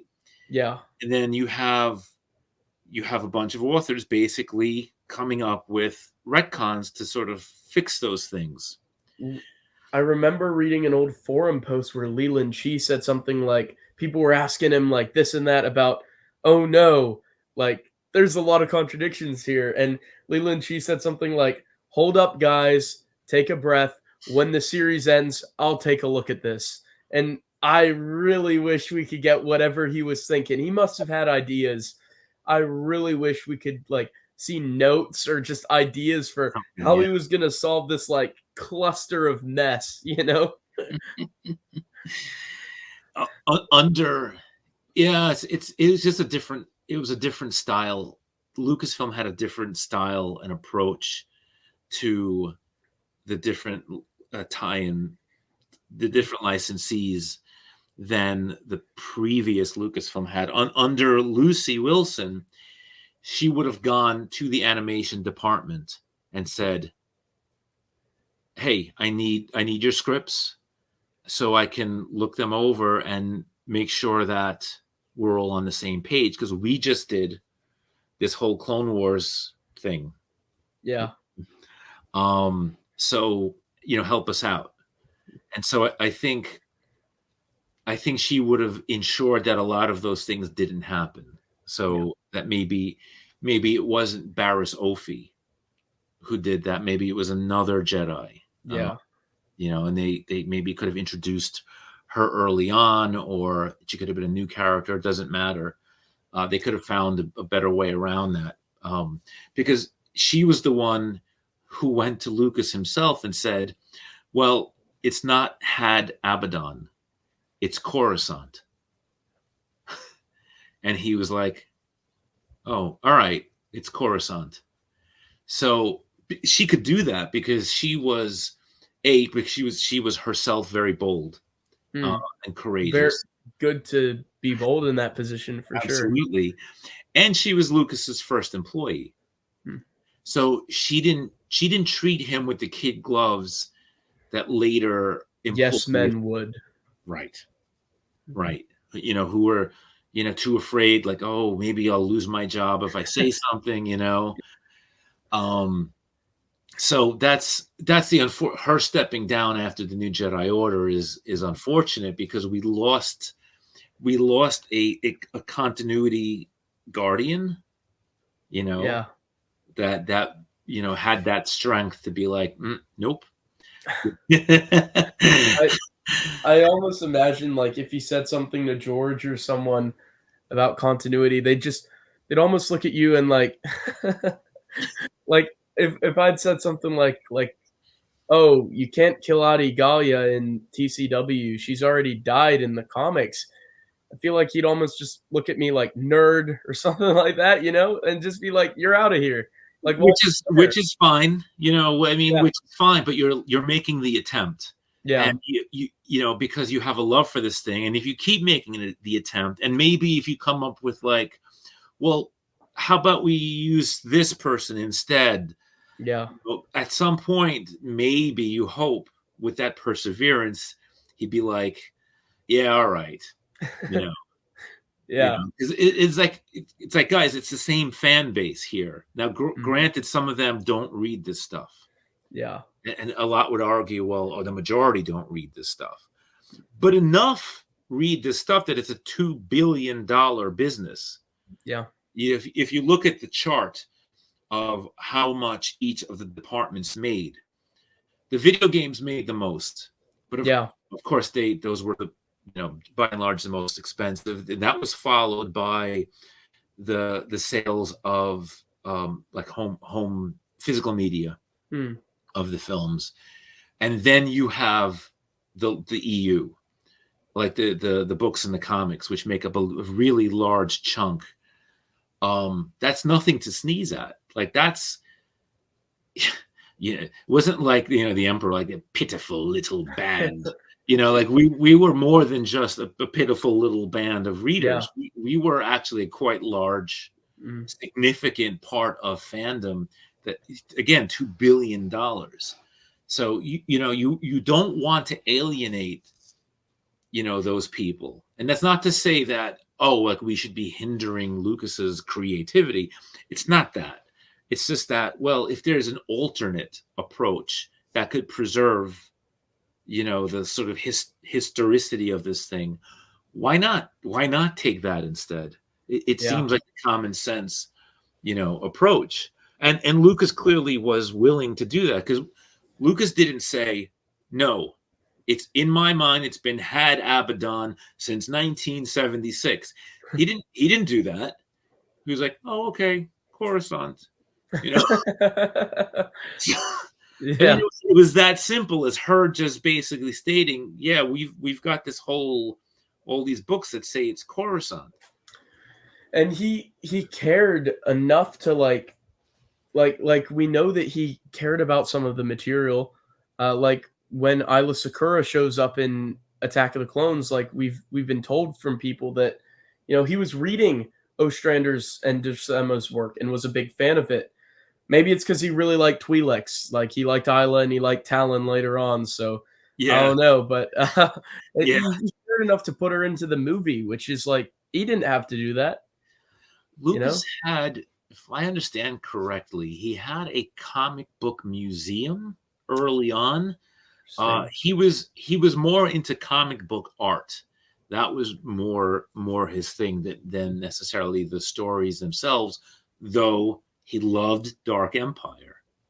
He loved where that went. Yeah. And he used to give that out as Christmas gifts to his employees. That's how much cool. It is really cool. So the argument that Lucas was completely disconnected from the EU, and we've just touched on a few things here, that argument I find is very disingenuous, or it doesn't take into account all of the evidence that's there. So it is legitimately part of continuity. If you don't want it to be, as a fan, cool, fine. Like you're not being required to read all this stuff. I think the only people who ever got angry about the notion of that were those who insisted that they had to be the greatest Star Wars fan ever, but they hated the idea of either reading and keeping up with this, or they just didn't like the stories. Because I have met I've met both, like in the real world, who admitted, like, I don't like the Thrawn trilogy. I don't like Dark Empire. I don't whatever. So they dipped their toes in it, and it wasn't for them. Yeah. And others who just didn't want to have to read anything because they didn't like reading. True. And again, it's like, have at it, Haas. Like, you do you, but then don't come and like try and tell us who are fans, like, don't, that it was inconsequential and always was. That's troll behavior. Yeah. When you're engaging in troll behavior, you already have lost the argument, because it's not a legitimate one. It's a legitimate one is a person who asks questions and listens to the answers, and they'll listen to different sides, and then say, all right, well, I've now seen, and form an opinion based on evidence from multiple places. Yeah. But that's not the world. No. It's not the world we live in. We're in a world of trolls with no credibility, but but lots of opinions regardless for those people. Lots of loud opinions. Yeah. Yeah. One of the other questions I had, I wanted to know, what it was like to get to work on Gamer Magazine for the Sambra Guide to Intelligent Life. Here we go. Right there. Issue number 1. I thought Yeah. it was. Yeah. This is Rich Hanley secured this for us, and it was a blast because it was the fulfillment of what basically had been my goal, which was to get the Marvel series brought back into, for lack of a better word, canonical focus. Yes. You know, because there had been West End Games had snuck in a Nagai warrior in Right. their, I say snuck in because, as Bill Smith had explained to me, factions of Lucasfilm were like, yeah, the Marvel series, cool. And other factions were like, it's out of print. It's not bringing us in any revenue. We don't want to reference. That's so interesting. Yeah. And so that was known by people at West End Games who told you that on the phone calls that you made at work with Bill Smith back in the day. Yeah. That's so awesome. Yeah. So interesting how factions like that can occur within a company. There unfortunately, like a lot of the decisions, like where fans wonder, like, why did this happen? Why did that not happen? Like the unfortunate answer is there's a lot of politics that are going on behind the scenes that we don't know about. You know, like Empire's End was supposed to be Dark Empire 3, a complete 6-issue series. Like, I think that's common knowledge now. But, you know, there was a falling out between, you know, two parties. And so we didn't get that. We got, you know, this thing. So it's sad that those things happen. I mentioned this recently on the previous stream that I was on, that Joe Duffy wanted to complete her arc. You know, 107 was not supposed to be, basically 107 was the Empire's End of that era. Yeah. It wasn't supposed to be a 12-issue, you know, series. She had this whole thing planned out. She didn't get to tell that story. How many not issues? For lack of trying. I was think it going to be? It's like 12 or 15. Oh, nice. So I'll 3 arcs. her again. Yeah. She's supposed to give me a synopsis, like a rundown of what, like a plot by plot point of what was going to happen. So I'm looking. I wonder if it can still fit in continuity. That will be fascinating to see. Well, yeah. I mean, I you know, she doesn't do that. Like she doesn't do what like Ken did. Like as far as she's concerned, once she leaves the series, that's it. She doesn't follow it. She doesn't look back. She has an interesting kind of approach to how she kind of deals with that. So I don't know that she would do that unless she were commissioned to go ahead and do it. And she did try. She did approach Dark Horse, you know, to either do something new or to complete this arc as a mini series. But that didn't come to pass. So sad. Yeah, it is. But you never know what the future holds, you know. I mean, ultimately, but I do want to get that synopsis and sort of kind of get a sense of it, because you know, like Bay was going to be built out, and Triff and Maggie were going to be built out a bit more. Mandalorians were going to be a factor, so there was a lot involved in that. So I don't know. We'll see what happens. But I lost my train of thought now. Where were we? We were talking about Sambra Guide. So all of this to say they want to bring Marvel back, but you and many other people did want to bring Marvel back. Yeah. And this, and then the Lumaya article that came out. Or Galaxy Mag. Galaxy Magazine. Dark Star of the Empire, something like that. Yep.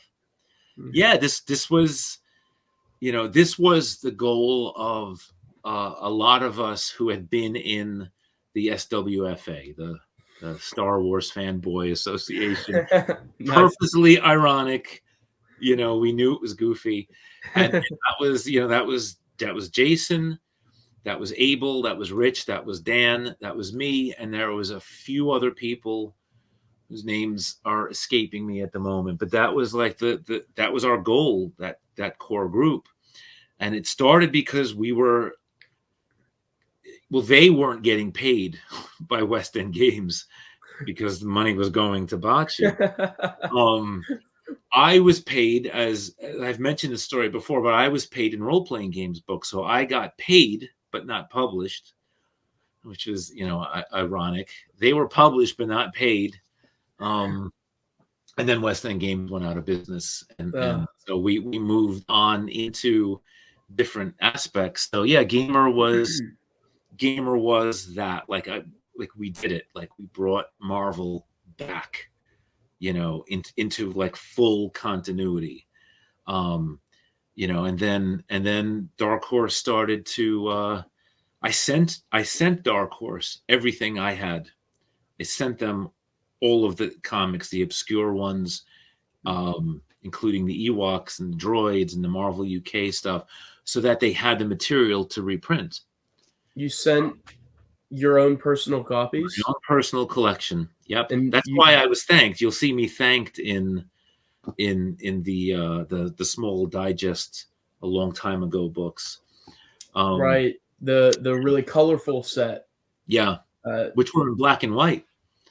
The interiors were black and white. Were they? Okay. I need to get my hands on those. I really like those volumes. They're really cool looking. It was testing grounds. Rich and I wrote introductions for each of them.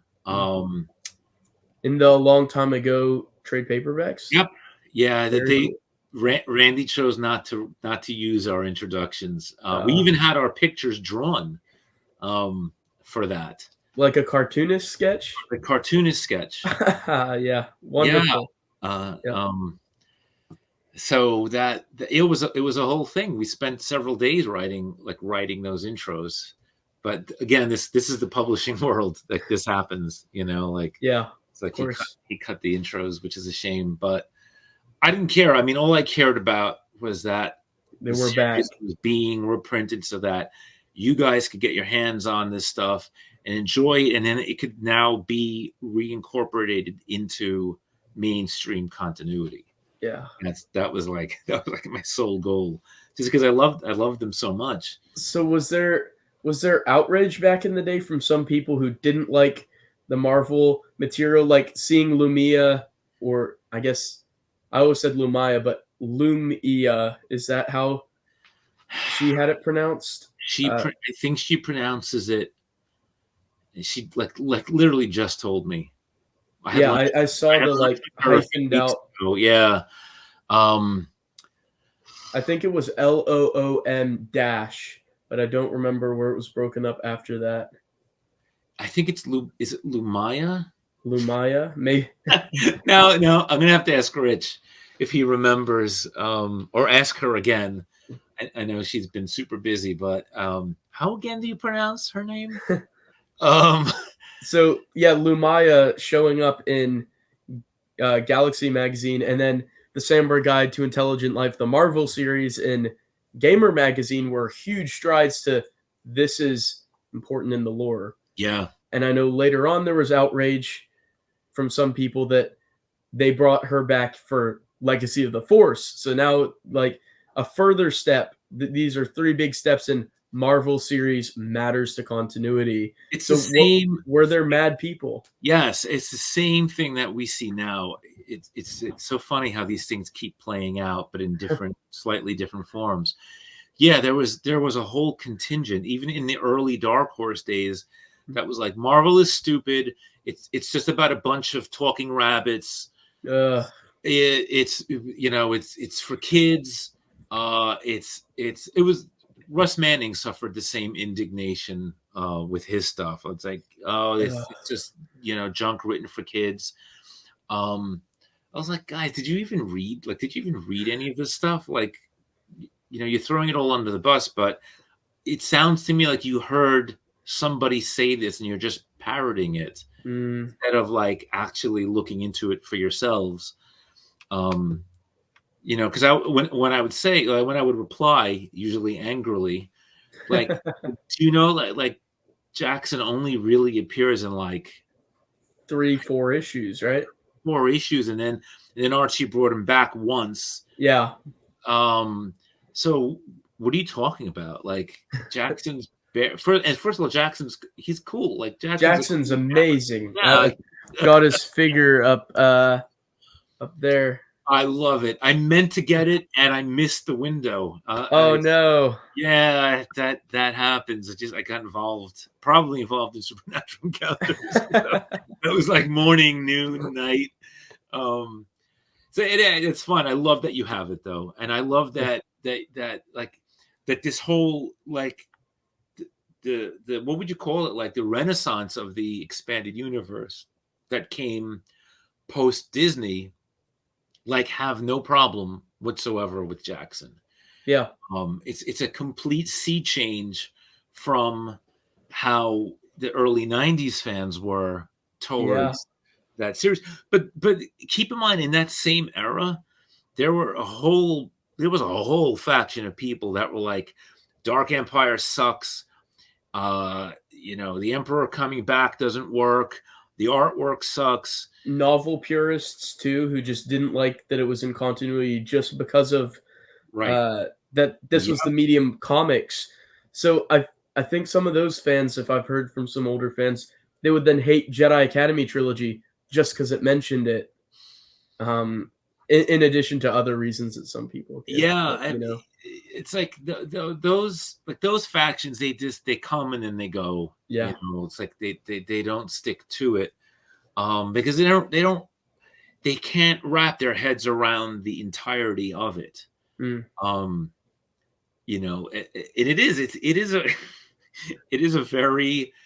it's very unique in that it does have so many different kinds of stories.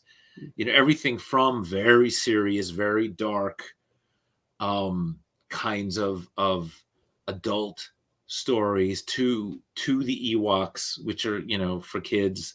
Yeah. And everything in between. So there's something for everybody. But if it's hard for you to kind of break out of a single type of thing, then you're going to struggle with what the EU is, because the EU isn't a single kind of thing. It's a lot of kinds of things, so it's kind of the whole point of the expanded universe, right? But look at the movies. I mean, so in some ways the prequels sort of follow the trajectory of the EU. I can't speak.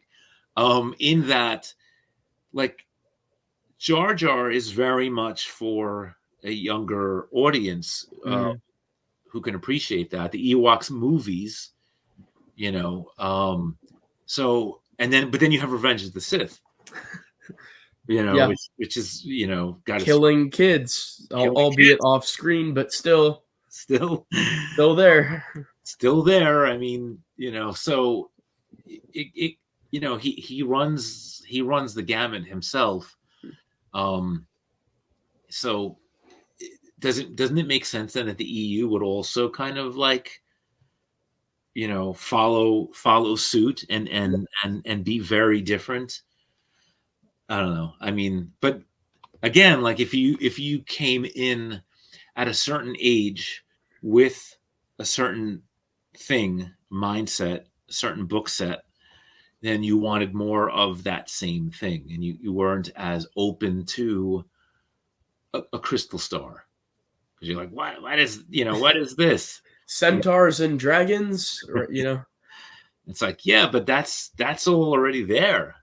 They don't know, because they haven't explored the role-playing game material or the comics or the strips. But I love it. I love it all, by and large. Me as well. Crystal Star. Yeah. Crystal Star is really good. I like Crystal Star. But with the Samber Guide, You said Rich Handley got it secured for you guys. How elated were you about the process? But was it almost like a I don't believe it until I have it in my hand sort of deal? Because you had almost gotten into the game the West End Games source book as well. So was there skepticism that this is gonna see print, and was there worry about the subject matter, like maybe this won't go through or not because of your previous conversation with Bill Smith? At that point, I had heard down from the grapevine that there was a more openness to the Marvel series, and it must be because they knew Dark Horse was intending on finally reprinting them. Reprints, right? So that was probably why I had no concerns about that aspect of it. And also Lucasfilm was changing at that point too, where there was less the early Lucasfilm. So it went from Lucy sending back manuscripts to Tim Zahn and saying, nope, the Nograi are not the Sith. And to Tom Veitch, like, nope, not Vader. You could bring back the Emperor.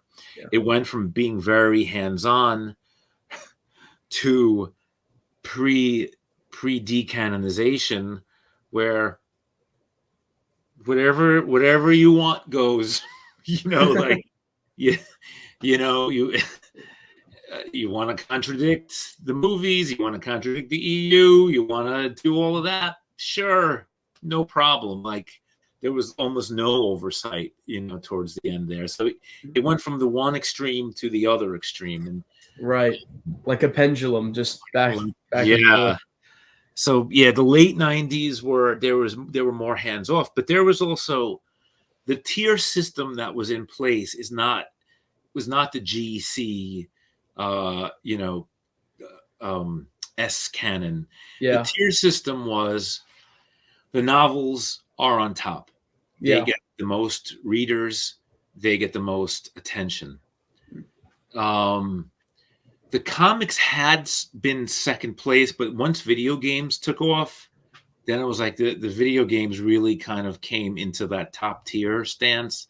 So it was like video games, books, and then comics were kind of like mid-level, and then role-playing game stuff was down here, and then online content was like below that.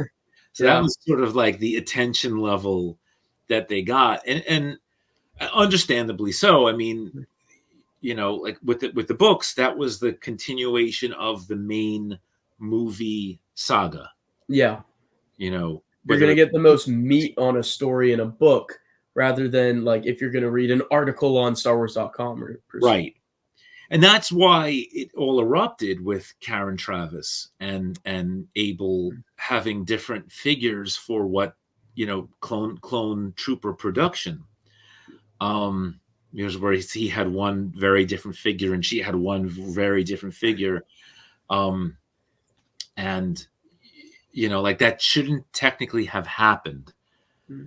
And even after it happened, there should have been an announcement basically stating that, it's one or the other, or it's both, and this is how, like, anyway, but so that didn't come to pass. But it kind of illustrates that point about, the things that were slipping in that were causing problems for the authors, problems for, the fans, fighting each other. All of which I think was avoidable or fixable. But so no, there was no concern about the Marvel series at that point, and we were going to continue with the next article being Cult Encounters, which would bring in the Marvel UK stuff to the forefront. But then a story that's now out in the public, which I can tell, is that Rich was blacklisted, and so that didn't come to pass. And that I've told that story. Rich has told that story, so that was something that well, I won't get into the details because that goes into the like the nitty gritty, but you know, we can discuss it at another time. But the basics of it was once that happened and he wasn't writing for the license anymore, it was a bit of a stumbling block for moving forward at that time with all that we had planned, you know, for Gamer. Oh, there were some further articles under the Sambor Guide title. Yeah, that continued at least. Yeah. With different, which was really cool. Yeah, it was really cool. I was glad that at least the column and the concept that they ran with the concept too. Right. Very cool. Yeah. What for a time frame? Gamer came out in 99 or 2000, or was it 01? Because the Galaxy magazine with Lumaya, how close did those come out in approximation to each other? As far as I know, when Gamer ended, Galaxy started. Okay. And Gamer lasted 9 issues? 11, 12, 11 somewhere issues? in there. All right, yeah. Yeah. Galaxy didn't last very long either, unfortunately. No, that was 13. I know that one for certain. Yeah. And they got overruled with Galaxy Collector, which was just like no new stories, so it's like I didn't bother with it, you know? Yeah, it's unfortunate because you know, Insider was also publishing fiction at the time too, so maybe it was, you know, I don't know what the numbers were. I know Gamer did well, at least initially. So at least that's what I was told, you know, by our editor. So I don't know, you know, why it didn't continue like it would have been. You know, I would have liked to have seen it. Yeah. But then again, Gamer was doing their RPG stuff was West End Games based. So I don't know if there was right, they were following the W6 system, or were they doing they did 20? 12 or sorry 20. Yeah. Oh, all right. So they did. Yeah, they did. It was Wizards of the Coast and at that time. So yeah, I'm better with the Star Wars timeline than I am with the real life with real world chronological timeline. Yeah. I've said this before to some of my family, but if there was a Star Wars class in school, easiest A ever. Can we take Star Wars history in college instead of world history? You know, easier A, I would say. For sure. and just as incongruous at times, because yeah, both have their historical questions. Yes. Yeah. For sure. Which just to me is why the EU timeline's great, because it can mirror real world timeline, and just like there's you know conflicting accounts of certain events in the real world, thus there are in the Star Wars timeline, which Supernatural Encounters delved into a lot of that, a lot more than some previous works had, which is part of why I love it so much, among many reasons. That's the train of thought that I had been on, you know, which is because a lot of objectors would say, "Oh, the timeline is a mess," or the you know, there's so many contradictions. It's like, yeah, but that's true with real history. Yeah, so that actually makes the EU in a way stronger, because it does mimic real world, these real world debates and arguments and so, you know, why not? Like let's go even deeper with that and kind of bring that to the fore, which was the whole historical council debate, which I heard you talking about on the Super Lit stream. Yeah. You know, which was cool because it is a strange way to start something, is in the middle of this practice, you know. But yeah, I did enjoy writing that stuff too. Yeah, it's some of my favorite parts of the work, so I'm very glad you did focus on that part. Thank you. When you finally got the Gamer magazine issue number 1 with the Sambor Guide in it, Do you remember how elated you were? Because this has been a goal you were working towards, getting something Star Wars published with your name on it. Do you remember where you were, or the feeling to see that accomplished? Yeah, and I remember, and I if I've got my historical timeline correct, I remember even turning down work at the time because this was supposed to be an ongoing series. So, it's like Aristotle talks about beware of high highs and low lows, because it went that way. It went like, Oh, real high to suddenly, oh, oh no, which has happened with the essential chronology that Abel, Rich, and I were going to work on, had started work on, and then that was like taken from us yeah. without so much to do. So yeah, so that you really do have to have a tough skin when you get into anything involving art and entertainment, because yeah, and you do hear these stories that people will work on projects, for years only for it to just, Fall just through. vanish into the ether. And it could be as like innocuous as a higher up just doesn't like it, and then it's just gone, which is just so unfortunate.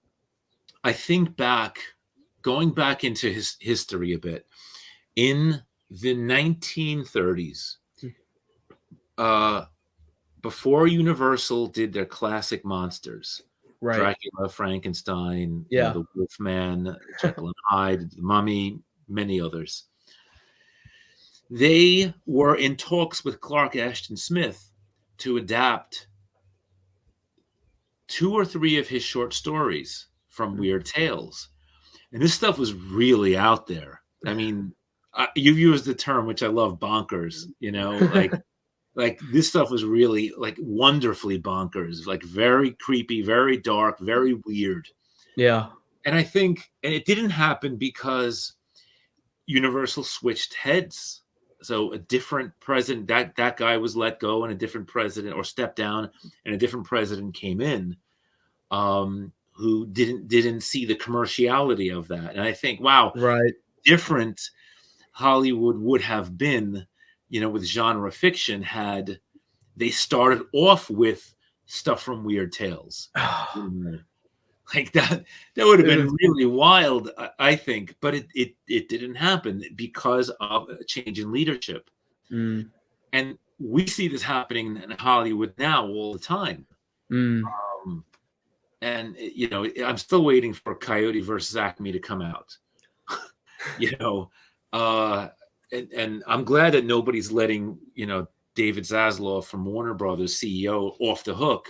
Mm. That's a completed film Mm. that tested really well, Mm. that a lot of people want to see.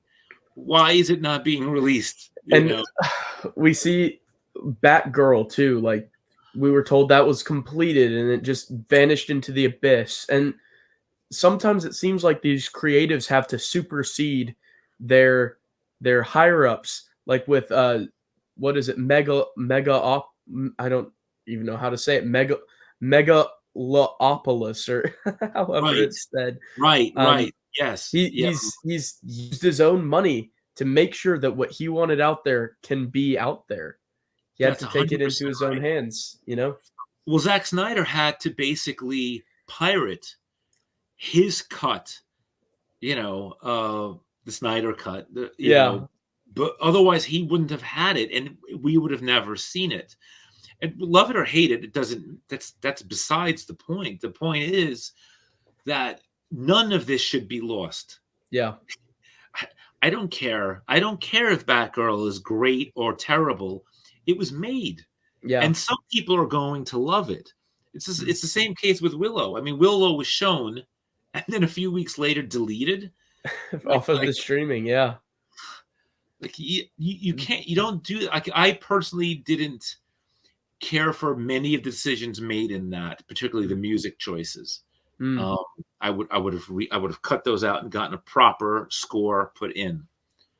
You don't do that in fantasy. You don't use modern music. But my opinion has nothing to do with this. The point is, some people loved it, and Yeah. they have the right to have it on their shelf. Yep. At the very least, put it out on physical media. And that's what's so dangerous about streaming. This whole I see this all the time now in like video game circles. This idea that video game companies are saying to people like that they can just remove something from their online store, and then when people complain, they're like, "You never owned it." Right. So if we're not owning it by giving you money, then all streaming is just renting it until you change your minds. That's There's no 100% permanence. So we have to build this. Otherwise, right. it could just vanish, and it's scary, and it's why we need to keep physical media in stock. Amen, brother. You're preaching to the choir. Keep preaching. I love it. Yeah. No, you're 100% right. If you love something, if you don't care, if you're a casual about everything, then you don't. It's fine. And again, that's fine. You know, that's fine for you. But for those of us who do fall in love with, you know, books, movies, music, video games, you know, we want to be sure that it's there, you know, so that if we want to revisit it at any time, we can. That's why we pay to purchase it. Yeah. But if a purchase is just a long-term rental, then we're being scammed. Yes. Absolutely. Oh man. It's a terrifying trajectory, because at the same time I do sometimes buy into the convenience of like, oh, it's just all on here. I don't need to get to my cabinet and pop open the DVD. I can just grab the remote. It's convenient, but it's also scary the way it's trending, where it can feel like we're being used and gamed by the higher ups to where, yeah, we don't need to keep that on our platform anymore. You know? Right. That's the irony too, is like, it's funny how they self-sabotage. Because if they want us to be perpetually paying monthly streaming services, they ought not to do that. Yes. Because all they did was hand the physical media community a huge win. Because now we're all like, see, we've been telling you guys this, and look, there's the evidence. Forget that stuff. Buy on physical media. The way I work it is I use streaming to see if I like something enough to own. Yeah. Because I can't have everything that I just like, and because I like a lot of things. But if I love it, then for me that's the criteria. If I love it, I want to own it. And like half the time now, it's like it's not available at all on any physical media. It's like, but that's how I mean, and I do that too now with albums too. You know, with if I'm uncertain if I'm gonna like it or not, I'll stream it, listen to it. You know, like I said a few times, yeah, I like this enough, I'm gonna purchase it. Yeah. But that's how it is. It's the goal. It's almost, I almost use it like a rental in a sense, like like a testing ground, like yeah, exactly. Because there are a million movies and TV shows out there, so it is helpful to be able to watch it first and say, this is amazing, I must have this. Or yeah, this was cool, but you know, I don't need to necessarily own it. That's, you know, it's sometimes a fine line, you know. For deciding that. Yeah, it can be. And it's funny too, because for these studios that would presumably like to avoid bootlegs, it's funny with the physical media when they're like, yeah, we're not going to offer it like this, and then they'll remove it. So it's like the people who went to a third party and bootlegged, which some people can argue is illegal for, you know, getting Willow, like they're the only people who have it now. So it's just like playing into bootleggers' hands when they're going to do it like this. Final Space. They wouldn't release the third season of Final Space, and the first two seasons were out of print. If you've never seen it, it's an animated series. It's a space opera comedy. Okay, that sounds wonderful. Introduced me to it. That's how we first kind of started talking before I brought him on as an editor. He's like, I've Nice. never seen Final Space. You would love it. It's amazing. It's funny, but it's also really cool. It's got these Lovecraftian entities in it, and so I was like, oh, it sounds like it's up my alley. And I checked it out. I'm like, and I had to get it through. I forgot who had season 1. Crunchyroll, one of those had it like temporarily, and then it was gone. It's like gone from everywhere now. Oh no. Oh yeah, ridiculous. But I saw it, I fell in love with it, and now it's so I downloaded the series, so I have bootlegs of it. Yeah. And for those who don't know, who are fans, season 4 is coming out in a graphic novel that Olin Rogers is himself writing. So it is the like official 4th season. So if you're interested in completing really cool. the story, pre-order it.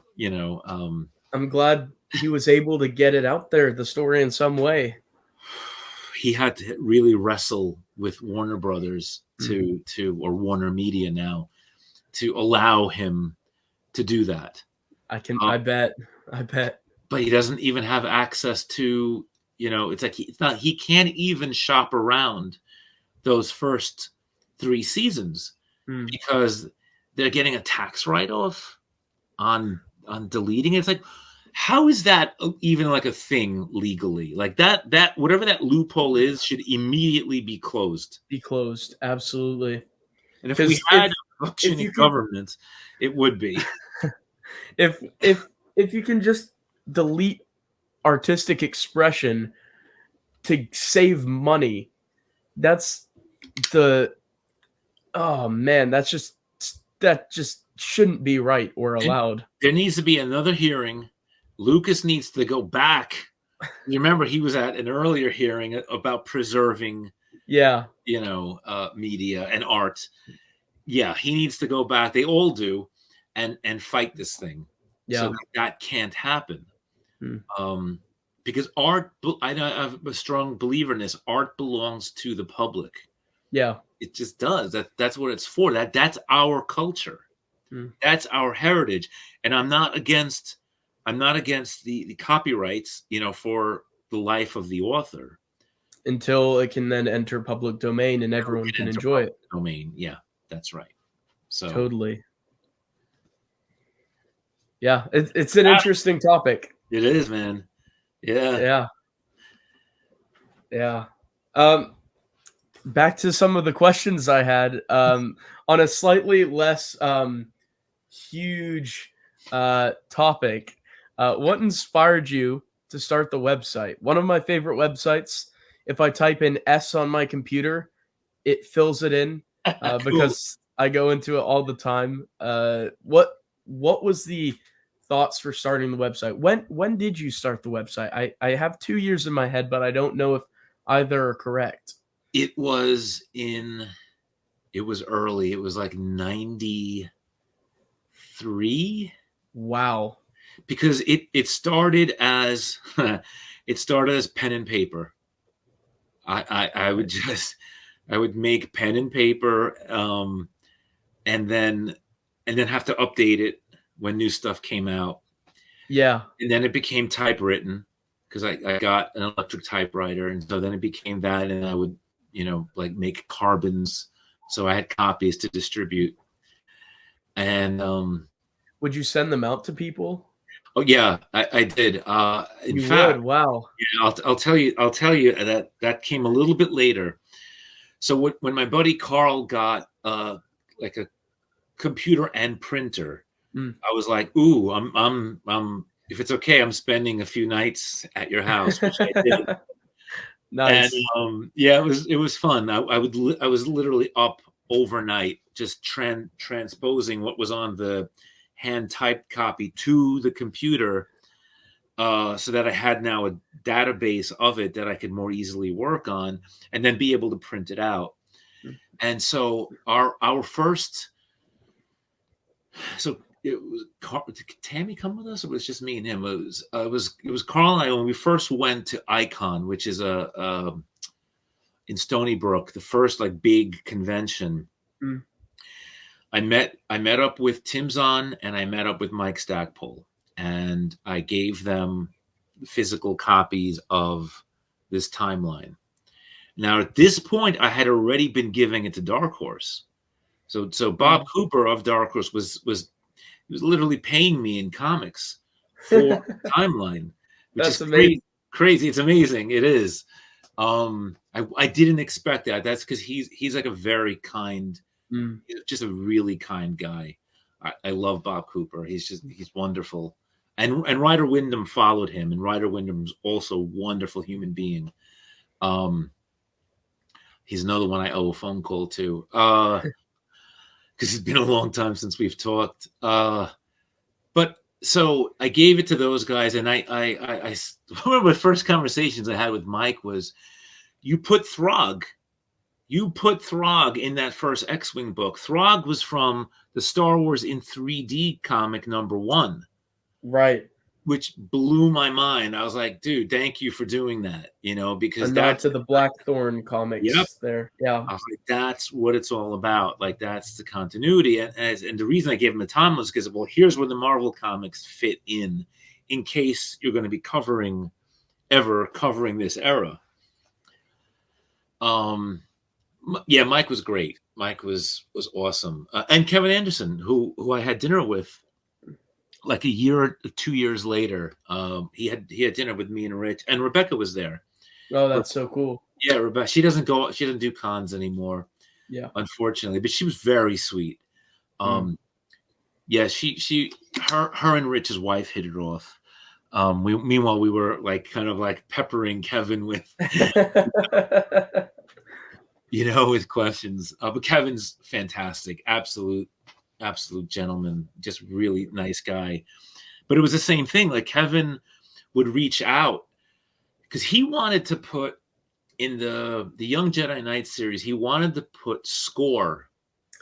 Oh, that would have been so cool.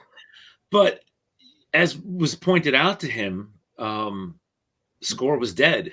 Yeah. He was like definitively dead.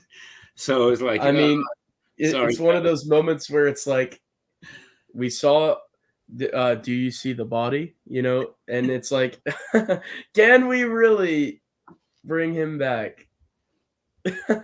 I mean, I would have loved to know what he was gonna do with it. It became, he replaced him with I forgot what bounty hunter he replaced him with. I don't think it wasn't Cypher. He wanted to put Cypher Boss in, but Cypher Boss was also dead. Yeah. Cypher Boss was from the Rebel Mission to Ord Mantell audio. Yeah. So he couldn't use him. So I think he had to like make up his own bounty hunter. Make a new bounty hunter. Yeah. That's like that again. This is the genius of the EU and how invested the authors were, like even back in the day, about making it all cohesive. I always liked, like even going way back, if you remember in the newspaper, in Russ Manning's strips, he's got Han working for Jabba again, distributing food supplies to to Kessel, right? Which later became Little Kessel, right? And so then this is a dilemma because he and Jabba are supposed to be at odds. So what does Archie Goodwin do then? In issue 38, he creates a scenario where Han rescues Jabba.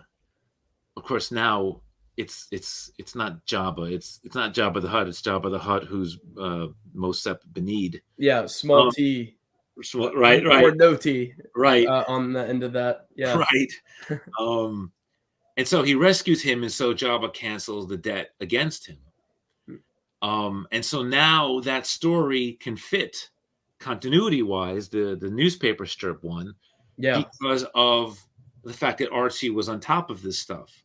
Wonderful. So like even going back into, this is what, the late 70s? Like there was still the synergy and attempt. The desire The Yeah. desire to keep everything in continuity was there from the start. Yeah. It Absolutely. wasn't like a after like the Thrawn trilogy made the EU like mainstream in a way or popular to people. This No. was continuity went far back. Michael Cubey McDowell, right? Who did the Black Fleet Crisis. Yeah. He was going to create a polygamous Right.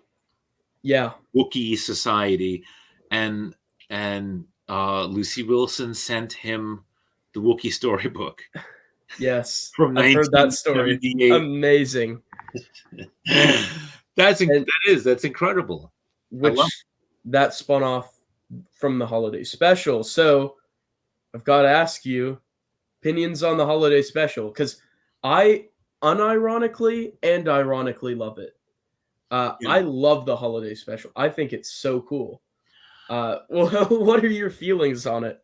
I'm with you. I bought that bootleg at Chiller Theater Convention in New Jersey. It was Paramus, New Jersey, and it was a holy grail at the time.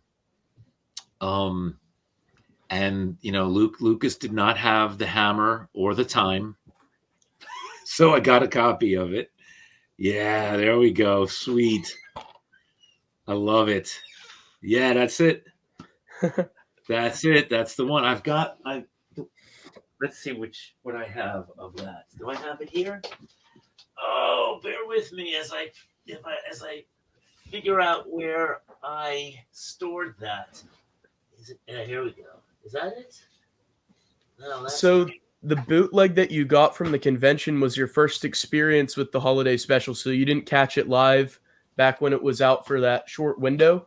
I have it on DVD and or Blu-ray, but this is the one I got at the convention at the time. Nice. Really cheaply produced. Oh, that's so cool though. I didn't care.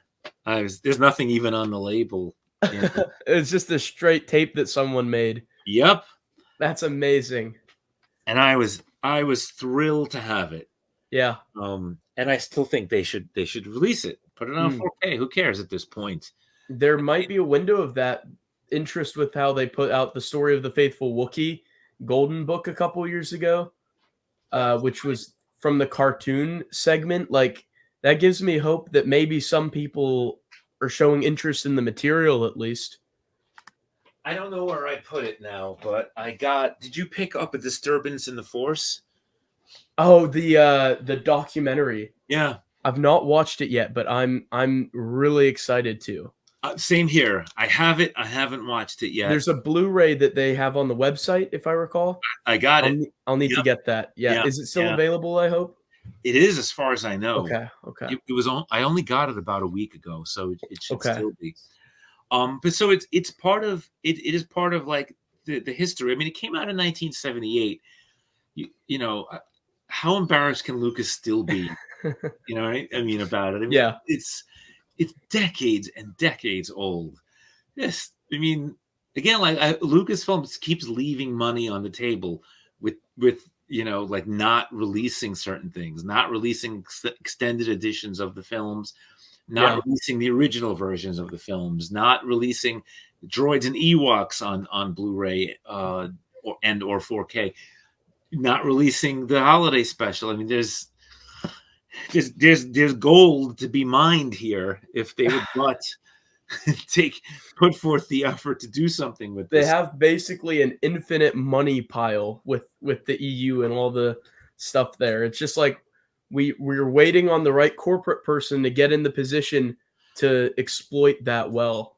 That's what it is. That's what's missing there. I don't think the management is as strong, even from a purely business perspective. It's just not as strong as it could be. Because I think if you had somebody there, they'd be like, oh, wait, there's this whole contingent of fans that would be buying books, new books with the Legends label on it and comics. So, yeah, set it up as an AU. Like, it's a common sense. The idea that there would be confusion makes absolutely no sense in the 2020s. to say that. Marvel has multiple continuities. DC has multiple continuities. Star Trek too. Star A Trek rival is to Star multiple. Wars. Yeah. I mean, they say these things, and you have to wonder. They must think either that we're really stupid, or sorry, I'm getting a little dark, or they just are that kind of clueless about Yeah. what, because they're not. This is the problem. Like, they themselves are not fans. They're not. They just aren't. Yeah. I don't hate them for that. I have nothing, absolutely nothing personally against Kathleen Kennedy. She was a great producer for many years. I Yeah. don't think she functions well as a showrunner, and she's clearly not a Star Wars fan. I mean, that much is obvious. Although I think it does look nice on her resume to have this, but it's clearly not working. So move on to your own division. Do different kinds of films, and then leave Star Wars to somebody who can, properly, guide it into the next, few decades. Yes. It seems to be. I don't know why that hasn't happened yet. I don't know for sure that if that happens, it'll mean Legends will return. It's possible. But we can hope. We can hope. I told Jeremy and Dylan the other day that I'm giving it till the 50-year anniversary of A New Hope. And at that point, it's 2027, right? Right. So that's so 2 years 3 away. years. Yeah. Yep. Yeah. Well. 2.5 years away. Yeah. At which point, if it doesn't happen, then it's probably not going to happen. And then I'm going to personally incorporate whatever quality fan fiction fills in the gaps of these guys back here, so that I could at least have more story. Yeah, more story and conclusions to the stories that were unfinished. Yeah. So I think I was responsible for this brilliant tangent because I think I interrupted somewhere in the past. But you had been talking about bringing to Kevin J. Anderson and Tim Zahn your timeline. Yeah. When it was in paper. Yep. And that continued on to the website. Oh, that's right. Wow. I can't keep it straight. I think I was responsible for this one, but I'm glad I was. You brought me back, so that's good. You brought me back from the dark side. Yes. So once I had it on, and then I had my own computer and was able to get it online, and it really started. It started because I didn't like Mike Beidler's timeline, and I didn't like Jason Fry's timeline.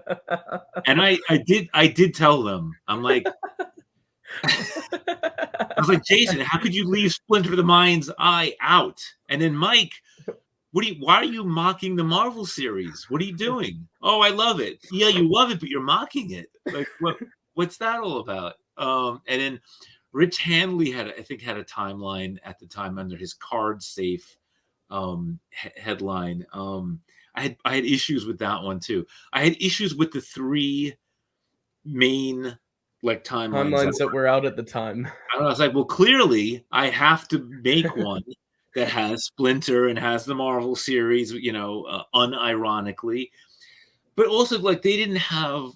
There were other things that they were missing too, that I thought, I should do one that's a bit more comprehensive.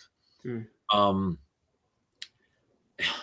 then I had the brilliant idea of, well, why don't I break this down into chapters, and which I know frustrates a lot of people, and I get it. I totally get it. Even for me, it's very broken down at that point to go from a book or something mid book and put it down and go to something that's very hardcore. It is, and I can do nothing but commend you for that amount of scrutiny and effort. It's not even complete. I got up to about A New Hope, and I need, if I ever do get the time to continue it again, I would start then with A New Hope and breaking that down and then moving forward There's a from there. lot of short story material around there that it's hard to parse where it goes. Like with the old syndication audio stuff as well, with the short stories and who there's a lot right in there. I do worry that I'm not going to ever have the time to do it. Just because I've got so many other projects, and like my own writing career kind of exploded, like in the midst of doing all that, which is why I wasn't able to finish it. Mhm. So yeah, we'll see. It's a it's a hope. It's a new hope. Another new hope. It's The another EU new hope. continuing, the timeline concluding. Yeah. Yeah, Yeah, but so that's where the genesis of that whole thing was. that's awesome. I'm very curious as to who all you were mailing it to. Was it like to other fans? Was there like a way to contact you for your timeline? Was No, like a fanzine or was it personal friends? it was honestly, it was personal friends and then West End Games and Dark Horse Comics. Right. That's who that was it.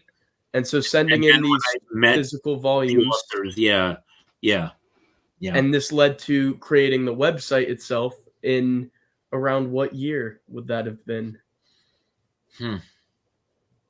I don't know. I feel like I was late to the game with the website, because Jason and Mike and Rich had theirs already up. Mm. But I came right after theirs.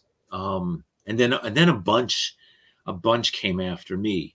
Uh, Nathan P. Butler's was one that yeah, he came came after. out. He came after. Yeah, he was doing a separate thing. My early ones also included synopses Right. of the different stories, Mm, because I knew this stuff was out of print, the comics, and so it made sense. Like, well, if you hope that these licensees will not contradict these things, you need to have a synopsis because they may not have mm, the issues. And so right. I had it was a thick document. Everything I produce seems to be like these Just things. Yeah, yeah. yeah, exactly. But it needed to be because they weren't in print, and this way they could at least read them and be like, oh, okay, this is what happened. This is when it happened.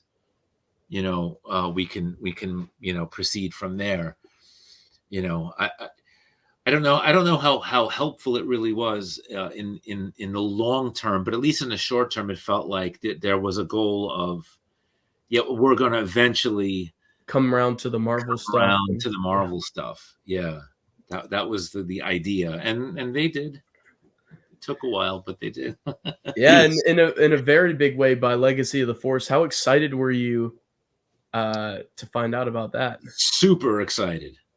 That's probably why it's my favorite series, like book series. Okay.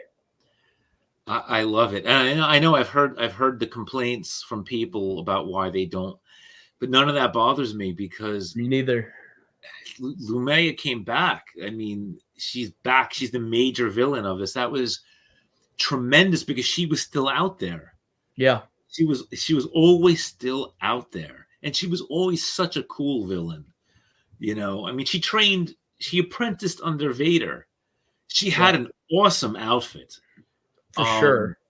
Like I always felt it was inspired by Vader, but like her own to have yes, like that kind of outfit. that's exactly right. Mm. And she had an awesome backstory with Shira Bride. Yes. Did I ever tell you I pitched to Dark Horse a Shira Bride miniseries? Really? Yeah. When? Oh man. So this was a pair Rich and I. This was before Rich was blacklisted because Yeah. we were pitching around. Yeah. And so we pitched to Dark Horse. Our first one was like a Han and Chewie series before they were in Okay. the rebellion. Right. The idea again was to kind of go back to the sort of space opera roots of Han saying, listen, kid, I've been to one end of the galaxy and another. I Yeah, see just a lot of wacky strange planets stuff. and Yeah, yeah. yeah, that was the Oh, goal would have of it. been great. Yeah, Well, Ryder got to do that a bit with the, his adventures in hyperspace. Yeah. So that was cool. But Randy didn't want to do that. So I was like, all right. I said, so, well, why don't, and then Rich was blacklisted, but I was still pitching. And I said to Randy, why don't we do a young Shara Bry storyline to kind of go into like how she became what she became. And I said, we can make it really dark. So I sent him a proposal. I had an artist on board. It was Joe Caroni, which would have been cool. That would have been awesome.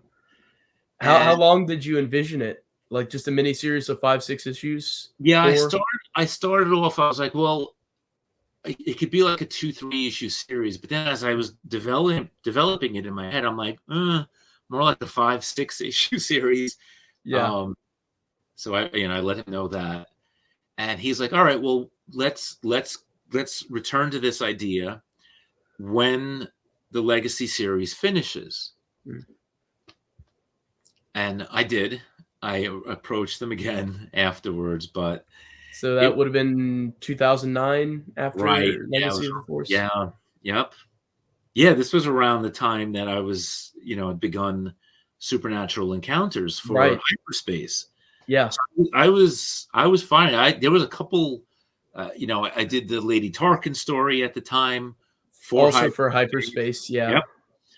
I did a Mosep Benid story for Hyperspace, which had Han just tangentially in it, but it was basically a Mosep story to kind of bridge the Jabba the Hutt kind of continuity and make sense. Right. And then I did something else, which was garbage. It wasn't good. It wasn't very good. Yeah, it was a Dominant Tag sort of story, but I just it wasn't good. Did that ever surface? Nope. No, it's crap. It's terrible. I workshopped it with a writers group that I was in. Rich Hanley was in it as well, but it didn't work. It completely didn't work. It was nonsense.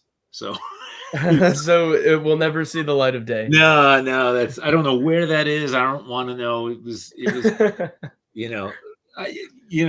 have to be honest with, you know what I mean? Like, you have to be honest with your own stuff and say, it seemed like a good idea at the time. Yeah. And I love Dominant Tag. That's why. Definitely. Yeah. But no, it sucked. I had I had it read out loud, so I was able to kind of like hear it from a third party perspective.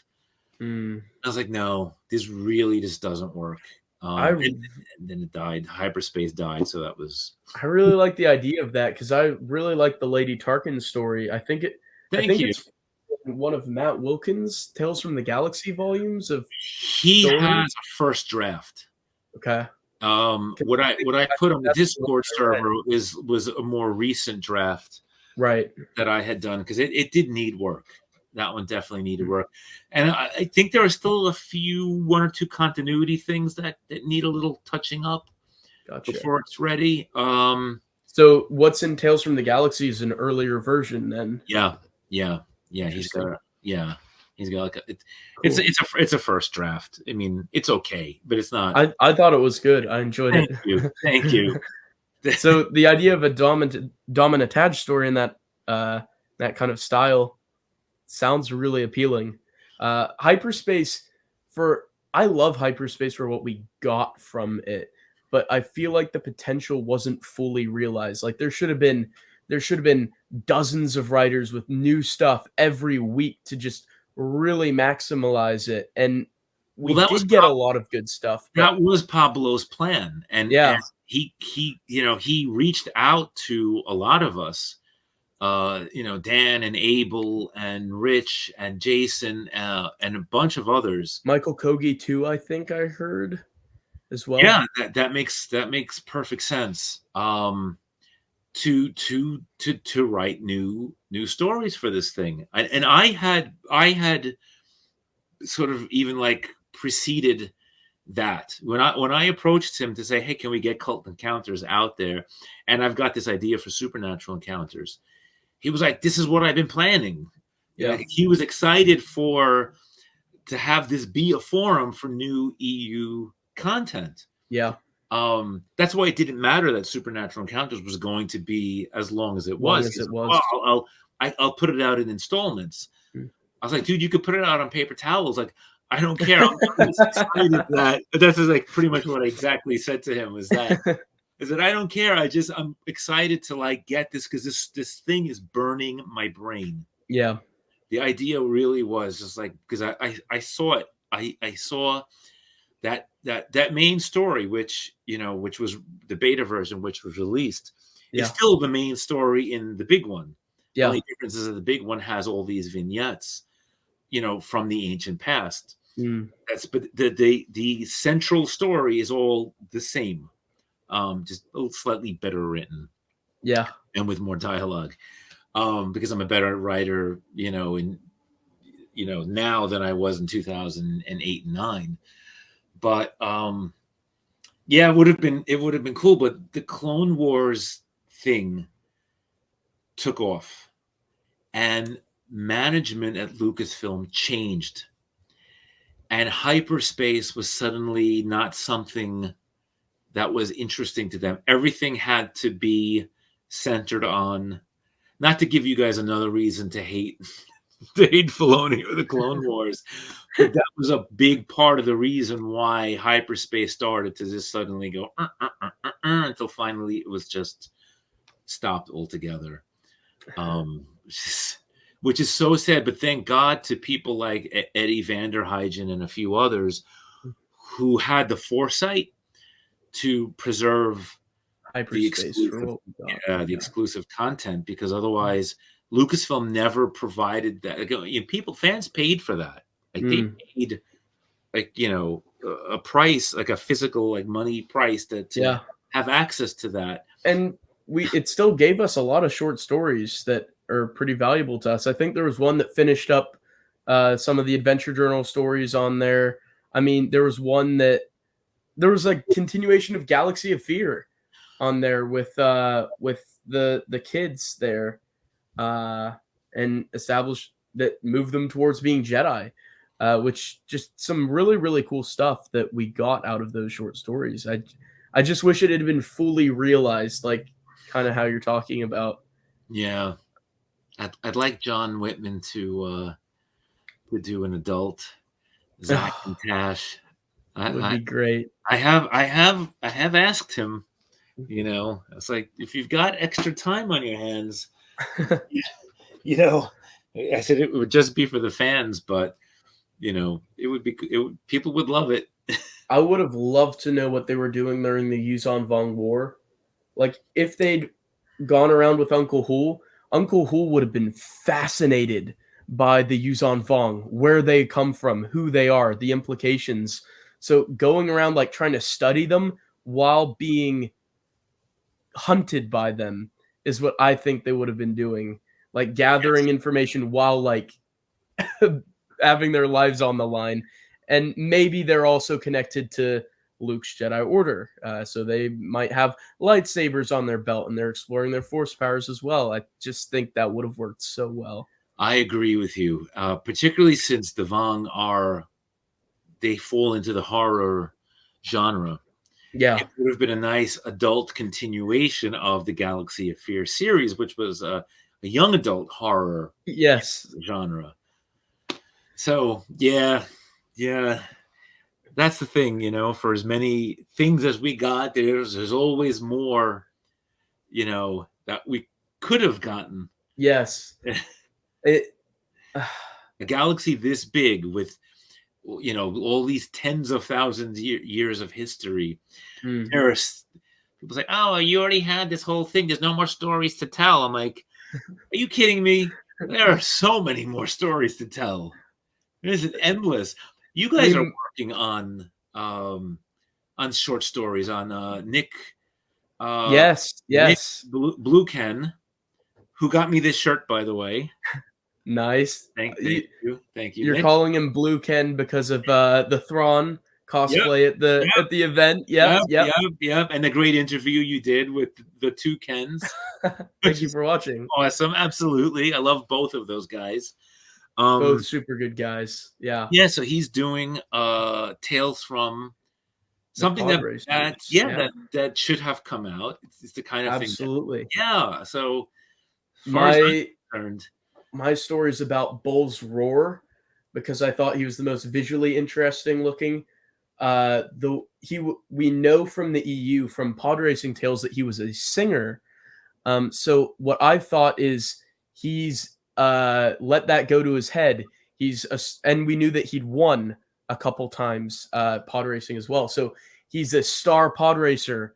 He's this star singer. So he's in on his head that he's a big deal. So he's a showman and he's losing himself in I'm a celebrity. And so he looks down his very long snout at a lot of other people, competitors, people who might want to book him for a show alike. He looks down his nose at all of these other people, demeans them all, views them as lesser, as dirt, and he views me as Mr. like big guy on top. So that's kind of the direction I wanted to take it. So I titled it Stardust. So I'm very excited to see all of the stories that are going to come out for all of these pod racers. It's going to be great. I agree. I can't wait. I already told Nick, I said, sign me up for the first copy that's out, because yeah, I mean, you guys are all insanely talented. And I think that book is going to rock. And I'm, if you can make a physical copy of it, I want it on the shelf with all the others where it belongs. And if we can get this one out with all of the writers putting their stories in, I really want Tales from the Knight Rider Club from Attack of the Clones to be like next on the docket, because I'm so fascinated by the glimpse into that nightclub that we saw in Coruscant in Attack of the Clones, and I just want to know all the stories that could spiral off of that. That's a really good idea, actually. That would help make that scene a lot more interesting. Yeah, because nothing was ever developed really with them. Did the new canon even do anything with? I don't know. I do know that there is a story a little bit. There's a little bit of online content, I think, with the two Coruscant security guards who were played by Anthony Daniels and Ahmed Best as humans. I think the EU did one or two stories with them, but I don't think even short stories. I think just reference material that talked about how they weren't really Coruscant security guards, that they were something else and they were in a guise, I guess. But we really did not get anything with that, which is a big missed opportunity. I talk about this a lot. It's the same with Luke's Academy. It would have been nice to have gotten either a comic book series or a Tales from Luke's Academy where we catch up with what happened to Luke's students. Like, we know Leviathan. We're like, all right, so they did that. That was super cool. Well, what else did they do? Yeah.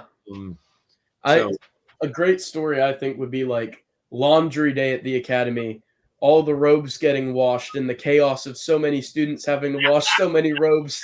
That is a good comedic one. I like it. You always need like a fun comic. Yeah. There was always a comedy story in all those old Tales books. Yeah, absolutely. Yeah. Oh man. Yeah. So 2007. That's when fan fiction becomes official. StarWarsTimeline.net. 2.5 years away.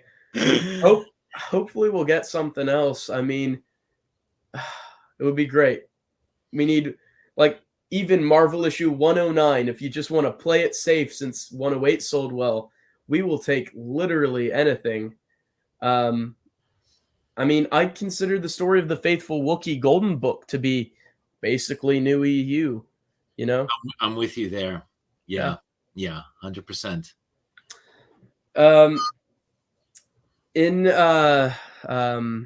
So chronicling this timeline, starting this website, engaging with the expanded universe on so many levels as you had been at the time, having written stuff that had come out, having ideas for hyperspace, having written Sambra, having this timeline. And something else that you got into in a big way was tracking down lost expanded universe stories. So, what got you started on that? What got you interested in that? How did you even know really what was lost and what to look for right at the beginning? And what got you so invested down that rabbit hole? He's gonna kill me because I forgot his name, but there was a guy who started. It was called Lost Worlds, and he had a website that listed all the things that could have potentially come out. And obviously, because I was, following the EU early on, I knew certain things that didn't come out that were supposed to have. But the Lost Worlds one really kind of exposed even more that had been missing, which I hadn't even known about. So he then gave me permission to sort of add that to the site, so you can find Lost Worlds now on my site, which we'll be hopefully updating at some point. Yes, sir. I'm excited about that. Yeah. He's a really nice guy. I'm sorry that I forgot your name, but I will make sure that it's listed in big letters when we do update Lost Worlds. Yes, because it's cool. But even before that, it's been like my obsession kind of thing. So, like, I'm also involved in the kind of L. Frank Baum Oz universe, and the stories that sort of continued to build on that. Like that had 40 canonical books, but it's really more like 75 canonical books when you count the sort of outside books that are connected to the main book series. Yeah, that's a big universe too. That's really cool. And when it came in public domain, like there was a kind of a bit of an explosion of like fan content. And unlike like with Star Wars fans, there was a broader acceptance, maybe because these stories were so old that getting any new quality content was exciting. And then you had people like Eric Shanauer doing, writing and doing illustrations. You'll remember Eric because he did the Dark Force Rising and Last Command, the Dark Horse adaptations. Yeah. So you'll know Eric Shanauer from there. He's responsible for then the Star Trek crossover in Dark Force Rising issue 3. He put Captain Kirk, Spock, and Bones and the Federation ship. I'm assuming the author didn't, but that was perhaps artistic liberty. That's right. I forgot about that. I owe that man a profound thank you then, because I'm a huge Trekkie in addition to my love of Star Wars. Nice. No one unsubscribe, please. Very cool. Yeah, I'm glad that debate was finally. That was like Star Wars versus Star Trek. And before that, it was Lost in Space versus Star Trek. And so you always ended up on the one on the other side of Star Trek, as you were a fan over the years. Always. And I did try. The neighbor I was telling you about, Joey Loads, who introduced me to Star Wars, tried desperately to get me into Star Trek. But I couldn't do it. I tried, and even as an adult, I went through the first season. And I liked some episodes. I did. Yeah. I did like some of it. But in the end, not to try to convince you again, but the second season is where all the highs are at for the original series. Yeah, maybe one day again, as maybe. I'll give it 10 years. I don't connect well with Kirk, Spock, or McCoy. I find them very kind of like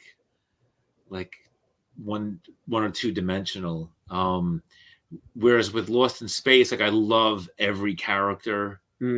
Well, maybe not the mom so much. I mean, I like the mom, but they just did nothing with her, but just have her like cooking and cleaning. What did you think of the Lost in Space reboot? I loved it. It was That's the completely one that I different. saw. It's Yeah, completely different. But I still loved it. And I wish it had gone on because I would have loved to have seen modern like interpretations of other older stories, you know, that they could have done, because you know that wasn't an arc driven show, just like Star Trek wasn't either. It was more episodic. But Lost in Space had, like, at the end of every episode was the beginning of the next episode, which right. was cool. And it was, so it would end, each one would end on a cliffhanger. So Yeah, you know, you had the serial nature to it, even though it wasn't arc driven. Although it did have repeating, you did have some repeating protagonists and antagonists. like with Star Trek would bring back characters for future Right. episodes. There you Big go. continuity for the shows. Yeah, Yeah, yeah, exactly. So I would have loved to have seen them like bring in the Sadakons, who terrified me when I was a kid, because they were basically like the Hat Man, or mm, that like the nightmare demon that some people see, like the hat gotcha. long. Yeah, yeah, yeah. They were that in the 1960s. I mean, they're super freaking creepy. Um, and I love that. That those were the Yeah. episodes I really liked, with like the scary ones. But imagine, like, if the news show had gone on, like what they could have done with them. Mm. That would have been amazing. I thought the first 2 seasons were great, and then season 3 didn't connect with me as much. I don't know what it was about it, but 1 and 2 I thought were really solid. Mm, I really like the familial nature of the show, so maybe which was key to the first show. yes, But so season 3 had them all, like, split up in different places, so, them in little groups, it that didn't could work be as it. well for me. Yeah, that could be it. Yeah. You can't take it's hard to take your core cast and not put them together. I'm looking at you, sequel trilogy. Um, Take yeah, the it's just dynamics, split them apart. yeah, yeah, it doesn't make sense. Stranger Things did that as well eventually, split them all off, and They did. They did. Yeah. I was still on board with it, but I know a lot of people weren't. So yeah, yeah. yeah, but you would love the original Lost in Space series. It's, for one thing, it's like the first season is much more serious, but there's Mm. also a lot of levity in it. And then the second season is just outright hilarious. Maybe some people say overtly hilarious. I've And then only the seen third season bits mixes and the two. pieces of, like, 1 or 2 episodes, so I'll definitely have to go through and watch it all They are sometime. they are great, and the special effects were actually superior to Star Mm. Trek's. Again, for its time, but still, they look pretty good, Hmm. especially in that first season. And then it kind of falls off a little. We get a little goofier, but conceptually, there's a lot of wild things happening Mm. there. I just think are wild, and of course, John Williams did the soundtrack. Mm. So that was cool. Yeah, Very cool, Lucas definitely saw it. He saw it as a young person, and and inspired him for Star Wars, yeah. yeah. I mean, like the whole 3PO and R2 and that bickering Mm. directly from Dr. Smith and Robot. Like it's like right there. It's pretty much just transposed over. And Gotcha. Irwin Allen stole that from Edmund Hamilton in his Captain Future series. So that goes back to the 1940s. So Wow. there's like a history of borrowings, that Of borrowing that yeah, idea, that trope. yeah, Yeah. yeah. I love it though, because it works. It's a fantastic formula, and it's always funny. Anyway, so what were we talking about? I think Lost we were talking about Lost EU. I don't Yeah, so even the I don't obsession. even remember how that got to Lost in Space, but I'm glad it did because that was fascinating. Thank you. So in the Oz universe that I belong to, there's a lot of these lost manuscripts. Mm. And you know that expression, be careful what you wish for. Yeah. So for many years, I was hunting those down because I didn't want them to get lost. Because again, some of these stories were really, really well written, had tremendous continuity in them, but were distributed to maybe like a few friends and stuff. But I knew of at least one person. I knew two people that had them. Okay, I now have what they had. One was in the Syracuse library, and a friend of mine, Atticus, went there and scanned them. So I now have them in digital format, which is great. And the other guy passed away, and his manuscripts were sent to me. Nice. But be careful what you wish for, because now I've got stacks of stuff, and I've got digital scans, all of which I need to get online at some point. So this is one of the many projects that are awaiting my time. And this is Oz, right? This is all in Oz, but that same obsession and anxiety about losing things that could potentially just be gone, Yeah, transferred into Star Wars as well. It didn't it didn't transfer early enough. I wish I had thought of it when I met Margaret Weiss back in the 90s, and then I could have said, hey, can I have that? Can I read that manuscript? But she had since lost it. that was Legacy of Doom, right? But I know she was at the time, and even in recent times, how frustrated she was with, because remember, this is early 90s, and Lucy Wilson was very hands-on. Yeah. Very like, and I imagine you can't have. that could have been one of the few jobs as a writer that would be so restricting for continuity. She wasn't used to it. Yeah. Really what it boiled down to. And I think she had rewritten it 3 times at that point. And part of it, you'd have got to be annoyed if you were being forced to rewrite your stuff, I bet. And I don't know that it was like the entire thing had to be rewritten, or just certain aspects of it, because she mentioned how she paired up certain characters in romantic things. And one of her frustrations was, in Star Wars, there's no sex, according to Lucasfilm. So that bothered her, little again, like, little did she know how things would end up going. But it just, that's one of the things that bothers me, because had I thought then to ask her, and had she been willing, we'd have a copy of Legacy of Doom. But yeah, I didn't think of it then. Do you think she gave it to anyone else? Do you think anyone else would have been inquiring about this unpublished stuff in the same way that you and I and many others are now fascinated with it now? I don't think so. Again, like, fandom was still very new then. Like, right. Don't get me wrong, not that fandom was new, but the EU was still newly sparked at that time, and we were getting all kinds of things, and like, things that we weren't getting, that we thought we were getting. It was kind of like, oh, what became of that? Like, it didn't even occur to us that, oh, it could still be there. We better inquire. We were fortunate that Ken Flint kept, Heart of the Jedi. We were very, very fortunate, and then was willing to, I want to get this out there because I spent all this time on this thing, and I think people might enjoy it. That was his attitude, which was great. And I reached out to him just at the same time that he had put his first chapter online.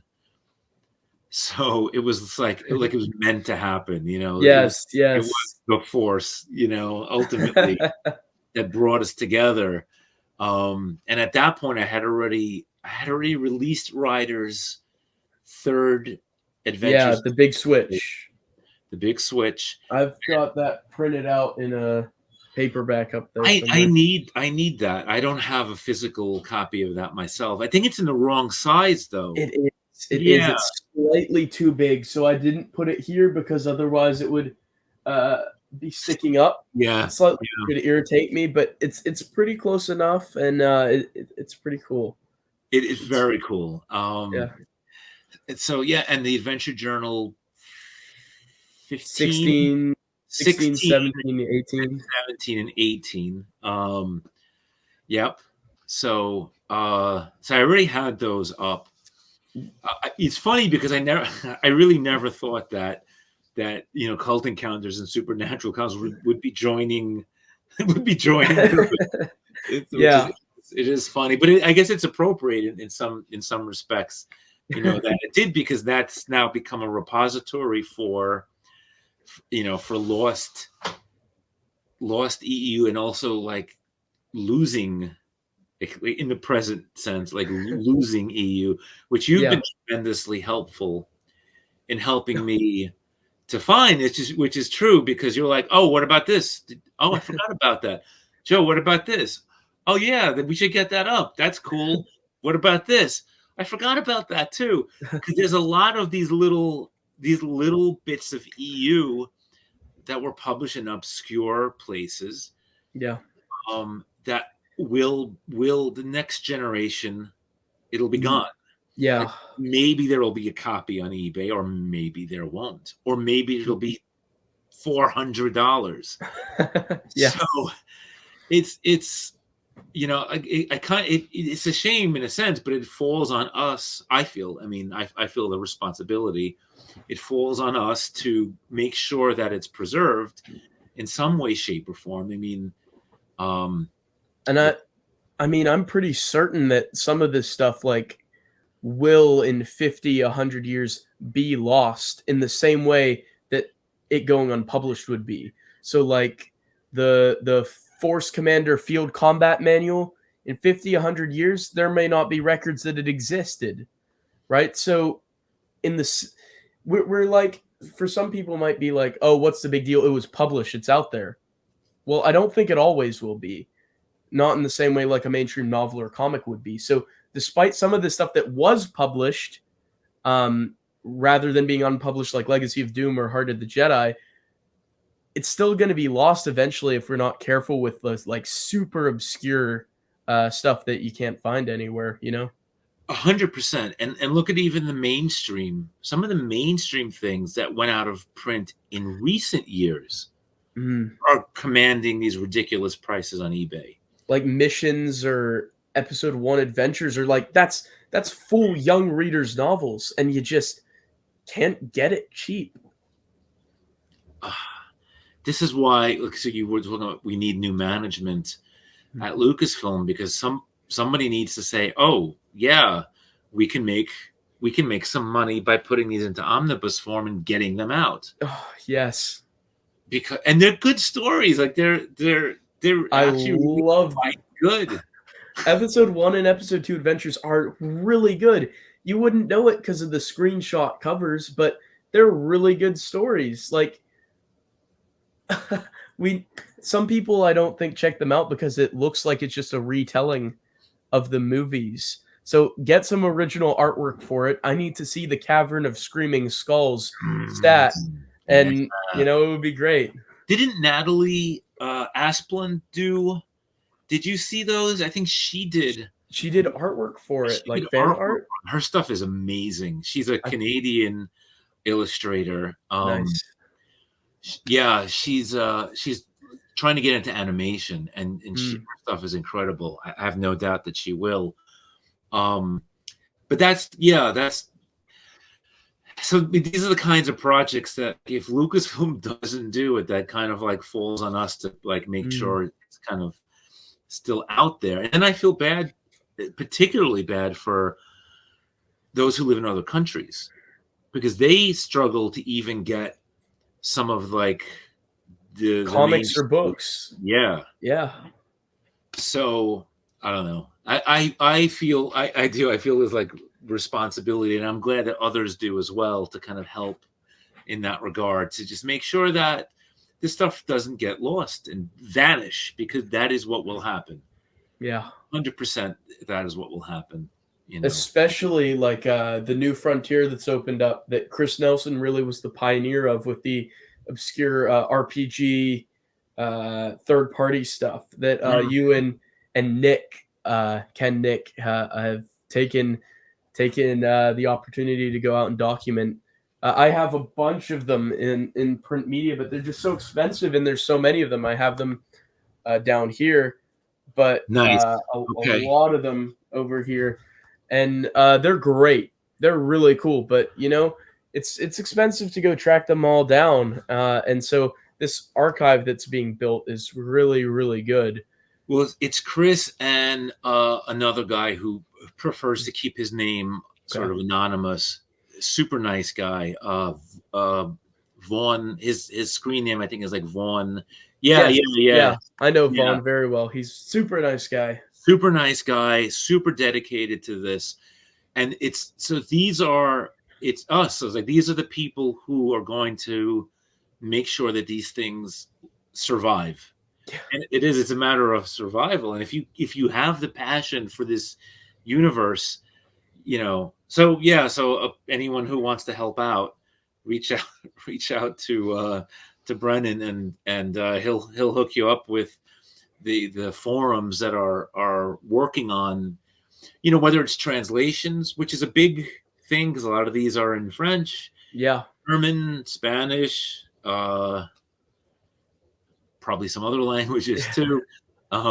We need to get those translated. And the more like there's like a team working together on it as opposed to individual groups, Yes. the less redundancy we'll get. Absolutely.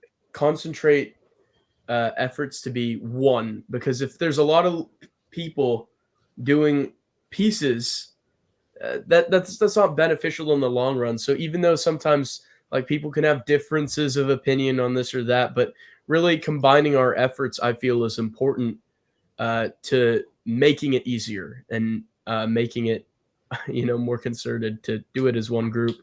That's right. But there's a lot of cool, fun projects that are going on right now, which I think is tremendously fun. And that's why when we were talking earlier, I was thinking about like how early, like even like pre-Zon fandom had kind of taken a lot onto with the fanzines and stuff. Had really said, okay, well, we're going to, we have creative minds. We love this universe. We want more. So we're gonna work on that. Whether that's essays and articles and before the Insider kind of came back with the Star Wars magazine, Lucasfilm magazine. Yeah. Before that kind of came back, and took up that space. And I kind of feel like that's what's happening now, because we've been kind of left behind by Lucasfilm. Yeah, And certainly feels that way a lot.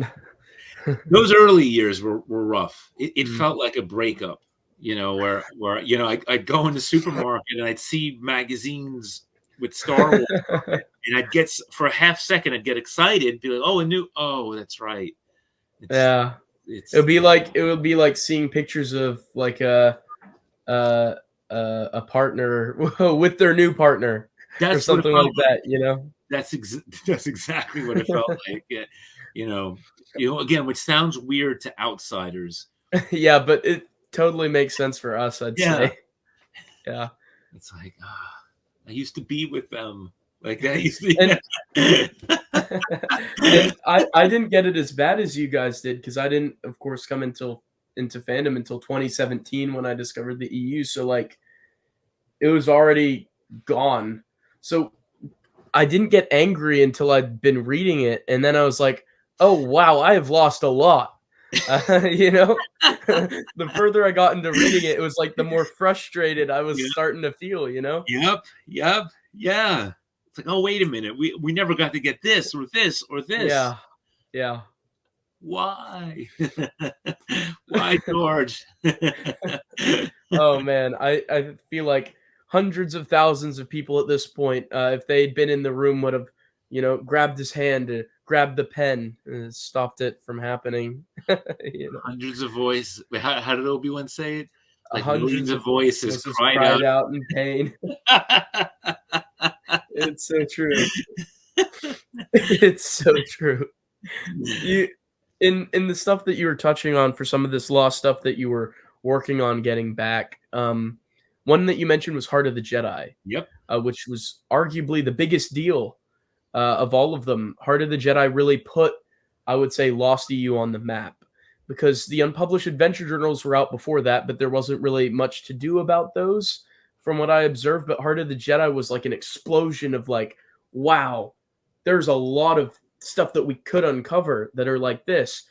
How satisfying was it for you to see it eventually go onto Amazon and then spend time charting it, outselling Disney canon Star Wars books? You know, how immense was it to see something that you'd help bring to everyone with Kenneth C. Flint go up and just attract mainstream attention? It was I was watching Dylan do the charting. Yeah. It was a super fun time. But mainly, I can't speak again. Mainly for Ken's sake, Mm. because I spent a lot of time with him, and I knew what he had gone through, and like how sad that was that he had done this thing. Even got a letter from George Lucas thanking him. That's so cool. And nobody ever got to read it. I just think that's so sad. And I understood it from a personal perspective because I wasn't Yes. sure anyone would ever read Cult Encounters or Supernatural Encounters. So Right. I got it, but I was so happy for him, that people were just enjoying it and excited about it, and and I was happy too because this was a piece of Lost EU, a Lost EU novel that finally fans could enjoy. And by and large they were. I didn't really hear a lot of like negativity or anything. I mean, there were a few things. I mean, books are books and people have opinions. That's all fine. But by and large, people were just excited to finally get it. And a Um, throwback to like the Bantam era and style of writing, like the feel of that. Totally, 100%. It was, yeah, that was a good time. Like that was just a good, happy time. I just Ah, remember like watching coming down here, and go because my TV's right. Oh, I keep knocking stuff down. My TV's right there. That's the couch, and the yeah. TV's over there. And if you can see What it, an awesome library room that is.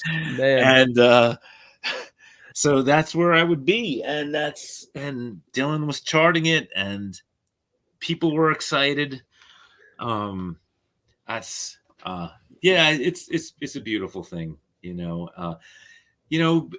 I want other authors to have that, Mm, which is why I reach out to, William Dietz and others to encourage them. mm, But sometimes fear trumps, of that kind of course. thing. And that's really what that boils down to. But you never know; people can change their minds. Um, and I'll keep trying. I don't. He changed his email address, so I don't have ready access to him. But I also know like a lot of people kind of. So I don't know if he felt like pestered by the fans.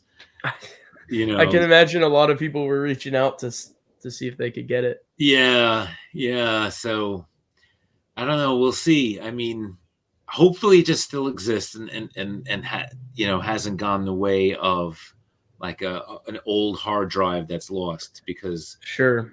then it's gone, and then there's nothing you can do at that point. Yeah, my And goal is to prevent that.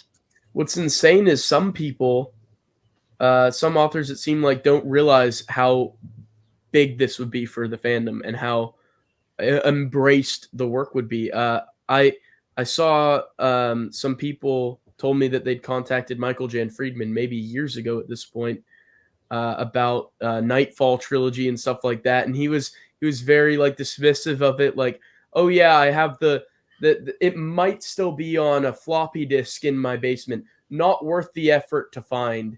And it's like, we would literally clean your basement for you for free, and if we don't find it, we don't find it. But if he literally put his address up like, come clean my basement and look for it, how many of us would be there? 20, 30 of us would be there looking to find it, and so it's like, it's He's, important that we let them know that yes, it's important. that there's a desire for this thing and that it will be embraced. He's one of the guys I reached out to. I always confuse him with Alexander Freed for some reason. It's like their names get twisted in my brain, but it's Michael Jan Friedman. So I was told that he signed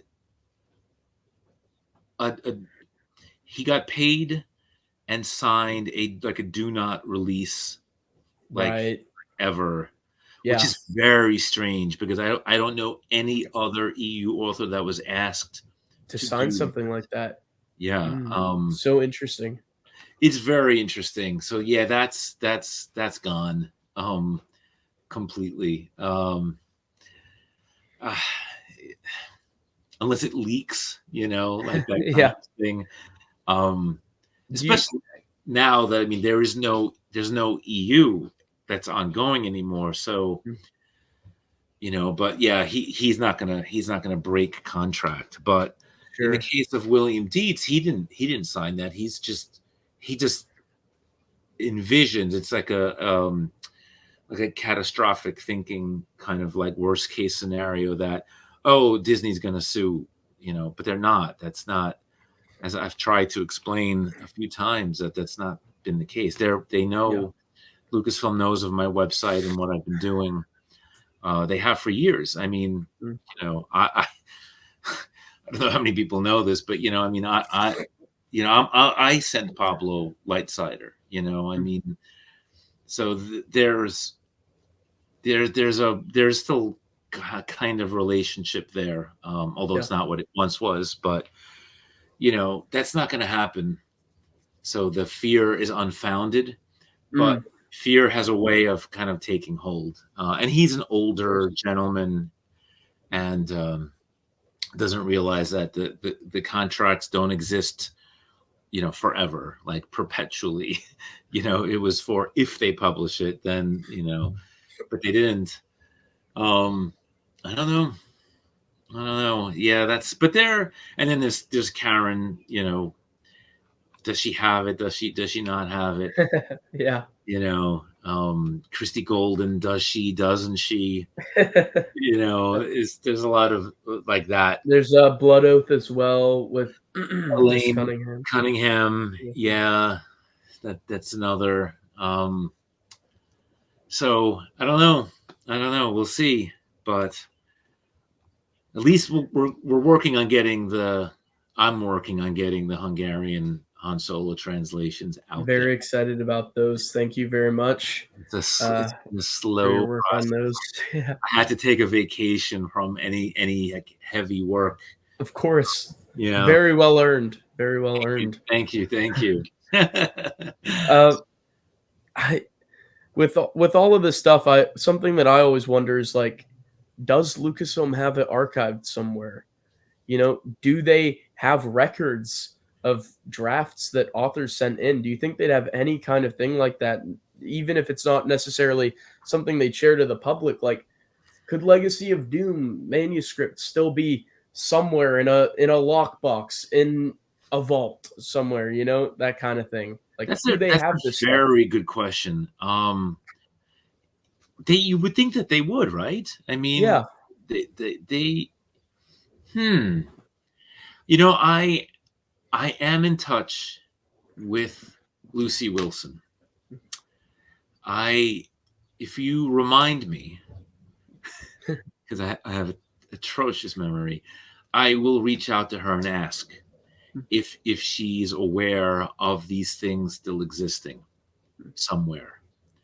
Even if she says that she can't access them or whatever, at least then we'll know that they exist somewhere, over at the ranch. Of course. Yeah.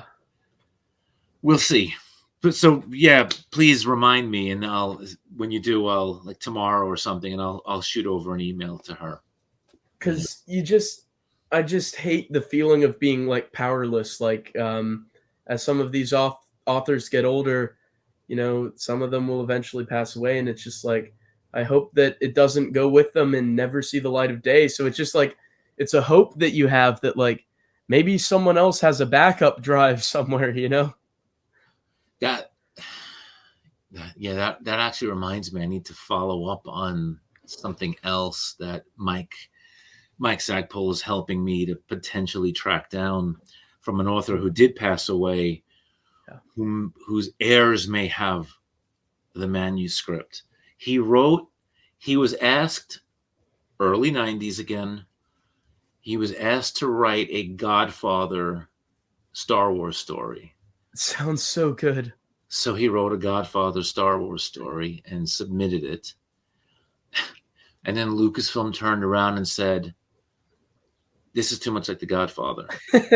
Yeah. And that was the end. And he was a big name author. He was quite prolific. So yeah, when you email me about Lucy, you can also remind me to. This is the problem when you have too many projects and like they're all demanding your attention. It's like I can't do any of them. I'm on vacation. Very well deserved. Thank you. Thank you for all of your work on tracking down these lost EU stories. Like, it's so interesting to me. Some of my favorite parts of the EU now are just these fascinating stories that were lost but now were found. You know, Lightsider, Heart of the Jedi, The Big Switch, all the Adventure Journal stuff. Escape from Calist is on there now, I suppose, as well. Like, just all of this stuff. That was cool. Yeah, that was nice. Really cool. Yeah, especially how it builds off of the West End Games material as well. Just like goes hand in hand with it. It's just basically a lengthened version of that blurb. It's just so cool. It is. It's super cool. It's who knows what else is out there? That's the thing. Every time we think, oh, we've got everything, then we hear about some rare thing from Brazil or like some random place that has this lost EU, and it's like, of course, there's still the Spanish the die cut droids and Ewoks. Yeah. Like I haven't read them. I haven't seen them. I want to get my hands on them to translate them, but they're a fortune. And I financially can't afford to get them if I can even find them. Maybe we should set up like a GoFundMe thing. Yeah. That would be the way to go. I think Christopher Nelson might have one of them. I think maybe more. Maybe he could send in scans or something like that. I think I saw an old video where he has like the Wicket one where it's like Wicket shape, right? And it's Spanish. Yeah. And we believe those are like an original story rather than like a reprint of like some of the American Ewoks ones. They're original stories, and they on one of the droids one.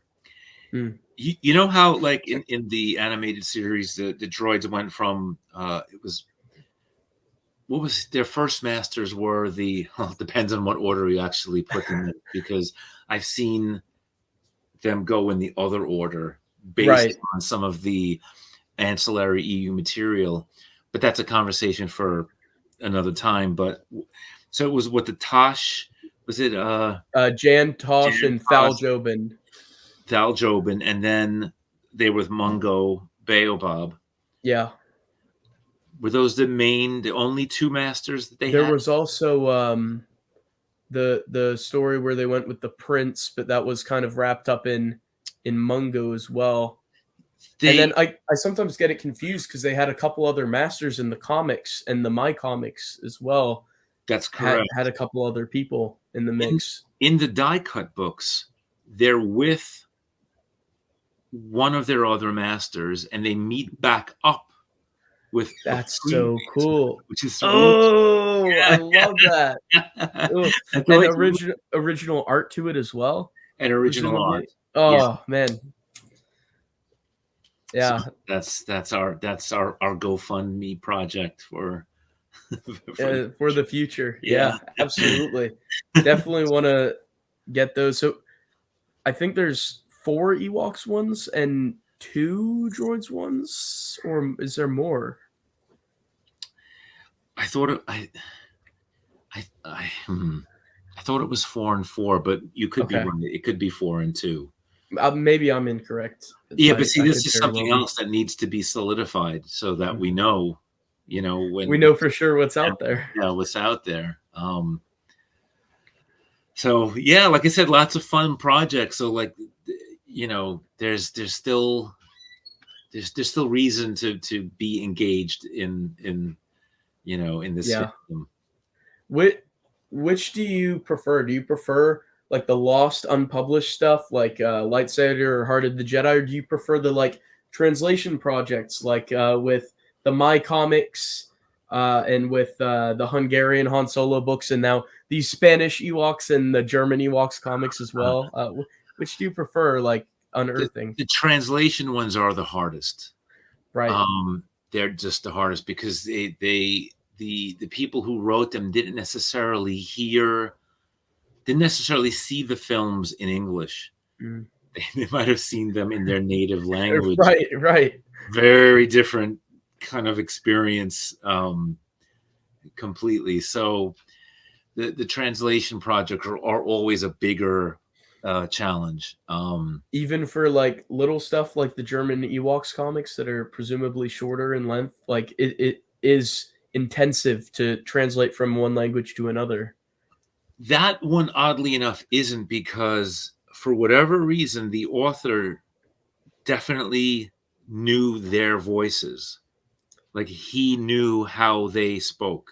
So Gotcha. it comes across, at least, and I'll ask Thomas about it next time I speak to him. That's actually been a while. I owe him an email or phone call as well. But as far as I know, those were, because they were in Germany. They were big fans. If you were of a certain age group, they were a huge fan of the Ewok stuff. Yeah. I feel bad, like they like other countries fall in love with things that we produce here, and then have no say over whether or not it gets renewed. True, true. That's so true. That's Oh man. such a shame. It's like, really, like, it just, there's such short sightedness. With when they produce these things, like, yeah, you guys have fans all over the world, Yeah. not just here. Yeah, the corporations see only a, I guess, perceived audience in one location, unfortunately. Yep. Yeah. Yeah. And short-term gains instead of like long-term. Yeah. True. But yeah. Yeah, that it's so interesting that we have through these various loopholes or perhaps just outright ignoring of protocol for these foreign companies to produce this stuff. But I'm very glad that they did. And like you said earlier, how much more could there be? There's a lot of countries in the world, and there's a lot of companies that might have looked to make a quick buck. So you never know what we'll unearth. Like I'm sure there's stuff out there we don't know about already. You know? It keeps happening.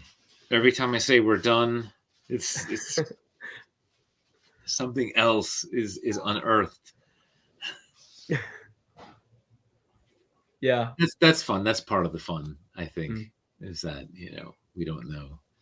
I was just mentioning earlier, like, even when Devil Worlds first dropped, I had no idea that there were additional Marvel UK stories that weren't here. Right. I knew the pizzazz stuff had concluded in Marvel UK, so I knew that hadn't come out. And I knew those, but I didn't know that there were all these Steve Moore and Alan Moore stories. Like, that was crazy. And then, of course, they left off Death Mask, so there was like another one, which was another reason then to hunt down the Marvel UK ones from eBay. or from Eddie. Eddie, would send me his stuff, and I would send him what he couldn't get That's from here. awesome. Yeah, that was cool. So yeah, there's always treasure. It's always like, when you look at it with that sort of like positive outlook, even if it's you yourself producing that treasure, like that's part of it too. So that's why this is still a live, healthy fandom that exists, despite being quote unquote left behind by the corporation that owns the property. And that's fine. They're they can do their thing. It's nobody's advocating for that to be torn down. Well, there are people advocating. there are a couple, I guess. Those people, yeah, unrealistic, but yeah. Because again, there are fans of that stuff too, and I don't want them to go through what we went through. Yeah. It's like consideration. I feel like with corporations, reboots are always inevitable. So inevitably, the DU timeline will be rebooted. I don't know how long it'll take, but I'm not saying it's happening tomorrow, but right. Just looking at a decade, 2 decades, are they going to be telling the same story, or will they think, let's reboot the original trilogy? As scary as that sounds, you never know when this could happen, and they'll go through exactly what the EU fans went through. 100%, Brendan, because it's always about, well, is this profitable? And if they deem that, the current thing is stagnant and not bringing us the profits we think we could be making, we'll reboot, and then we'll capture that younger generation that hasn't yet come on board with this thing. And so that's and I don't want to see that happen. Me neither. That would be incredibly messy. 3 timelines. I mean, but then again, Splendid App did, this is all his fault in a way. It's his fault, and because of what he did, if there is a third one, well, there's a place where that could happen. So yep. Yeah, people who haven't read SC yet, that's kind of like a joke. You'll understand that better when you get into it. I love that section of the book. It's great. Thank you. Great. Thank you so much for keeping all of these stories alive in the way that you are. I just think that the work is paramount to have these unpublished stories and have ones that we don't have yet being worked on getting, because when we don't have new stuff coming out for our continuity, like actively, like this is what's keeping it alive. When we have new releases, when we have a trickle of just something new that we can get to read. I freaked out when I got to read the Journal and Expedition when that came out. Me too. It's barely any story. There is story there, but there's RPG stats. I took the time to read them because when's the next time I'm going to get to read something EU? So, we take what we can get, and thank you so much for doing the hard work of getting it out there, because I and so many others really appreciate it. It's giving us something. Thank you guys for being there, because if it wasn't for all of you, and there's too many of you to name,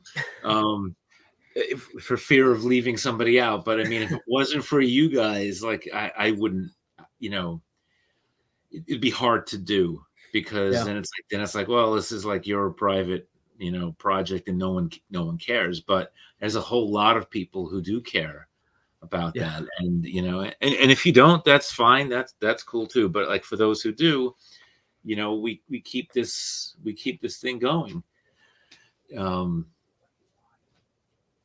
So excuse me 1 second, Brendan. I'll be right back. Okay, I'm back. Sorry. I was summoned for a question. No A worries, non no a worries non-Star whatsoever. Wars EU question. I'm surprised it was a non-Star Wars EU question. I'm sure you just have people knocking at your door, just constantly asking like, "Hey, so where'd you get the idea for this or that or this?" And supernatural encounters, you know? That's actually an interesting thing. I've thought I've toyed with the idea of like when I eventually moved to the Pacific Northwest of like having like turning this into like a library, like a you know Yes, it would or a it would have museum of some kind. yeah it would have to Yeah, be like a by appointment kind of like a thing. yeah. Um, I've but thought about that as well for like far, far down the line. Like you want it accessible to people. You don't just want it like locked away, you know, in a dungeon, never to see the light of day. But you don't want it to, you know, go the way of just falling apart for people who don't care in some, you know, public library too. So it's interesting. yeah, Yeah.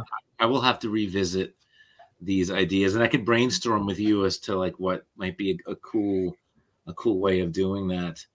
Um, yeah, Like, because could you? So yeah, sorry. very good. I was just gonna say it's about future like generations, Yeah, ultimately. So your turn. for sure. Like I think about it. Like, could you open a Star Wars expanded universe museum with without Lucasfilm approval? Would you need that approval? How interested would they be in you saying, "Hey, I've got an archive of all this material. You know, let's have a place where I can put this behind a glass case and people can come look at it, experience it." You know, That would be that would be cool. That would be the way to go, I think. And like I said, I do still currently have a relationship with Lucasfilm. And even through Legends Con. So that would be something I would have to ask them directly and say, "Hey guys, how do you feel about that? Do I need, you know, that approval would to be like cool." put Star Wars on a sign, you know, and have people pay to come see or something like Yeah, that, you know? especially if I could like that could if they could even help in some way, shape, or form with Supply stuff they might have at Skywalker Ranch even, you yeah, know? yeah. That would be a cool thing. We will explore this question again in a few years. Um, because yeah, I do wonder about that. Like, well, what happens? Yeah. What happens next? Absolutely. Like what's funny about that I've been thinking about this entire discussion.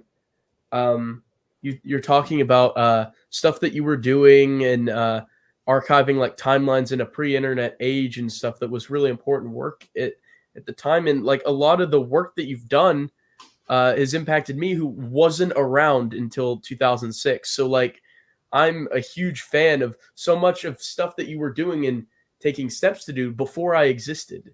And it's been greatly impactful to like me that this stuff is there that I can enjoy. So there's going to be people who aren't here yet who are going to love this stuff. And so it's like what are the next steps that are going to be done for them so that they'll have this stuff to enjoy. You know, it's very interesting and kind of hard to determine, I think, steps sometimes for stuff that you don't know what's going to be useful, what will be interesting to people in the future, you know? That's why the digitization of these things is so important, and why the law allows for archiving. Mm, Um, and keeping within the boundaries of the law, is important. That's why if something comes out, I'll remove the digital file from my site because yeah, I don't want to be in breach of that because they put it back in print. yeah, That's all we're asking is basically is have this be in print. yeah, And so when they do that, we oblige and say, okay, we'll remove the digital file. But there's a lot that may never come back in print. yeah, And because we don't know what that is it's I'm glad to see that there's been a lot of effort put towards that archiving, mm, so that at least there's digital record that these things exist and that the public can access. Because you're right, part of the problem with libraries is you have to physically visit the library to access the materials. And I understand, because the materials are delicate and they're old, and you can't just have them necessarily on a. I'm going back, like thinking back now to like the 1920s when but even moving forward, like these paper doesn't last. It just doesn't last forever. So it needs. So sad to think about, I like look at this and I'm like, in 20, 30, 40 years, will it be there? That said, I always have to get up in this room. Like this. This is from Lord Dunsany. It's called The Gods of Pagania. And it goes, this was published in, let's see, great illustrations in these. That's why I got these, because the reprints don't have the illustrations, which is a super bummer.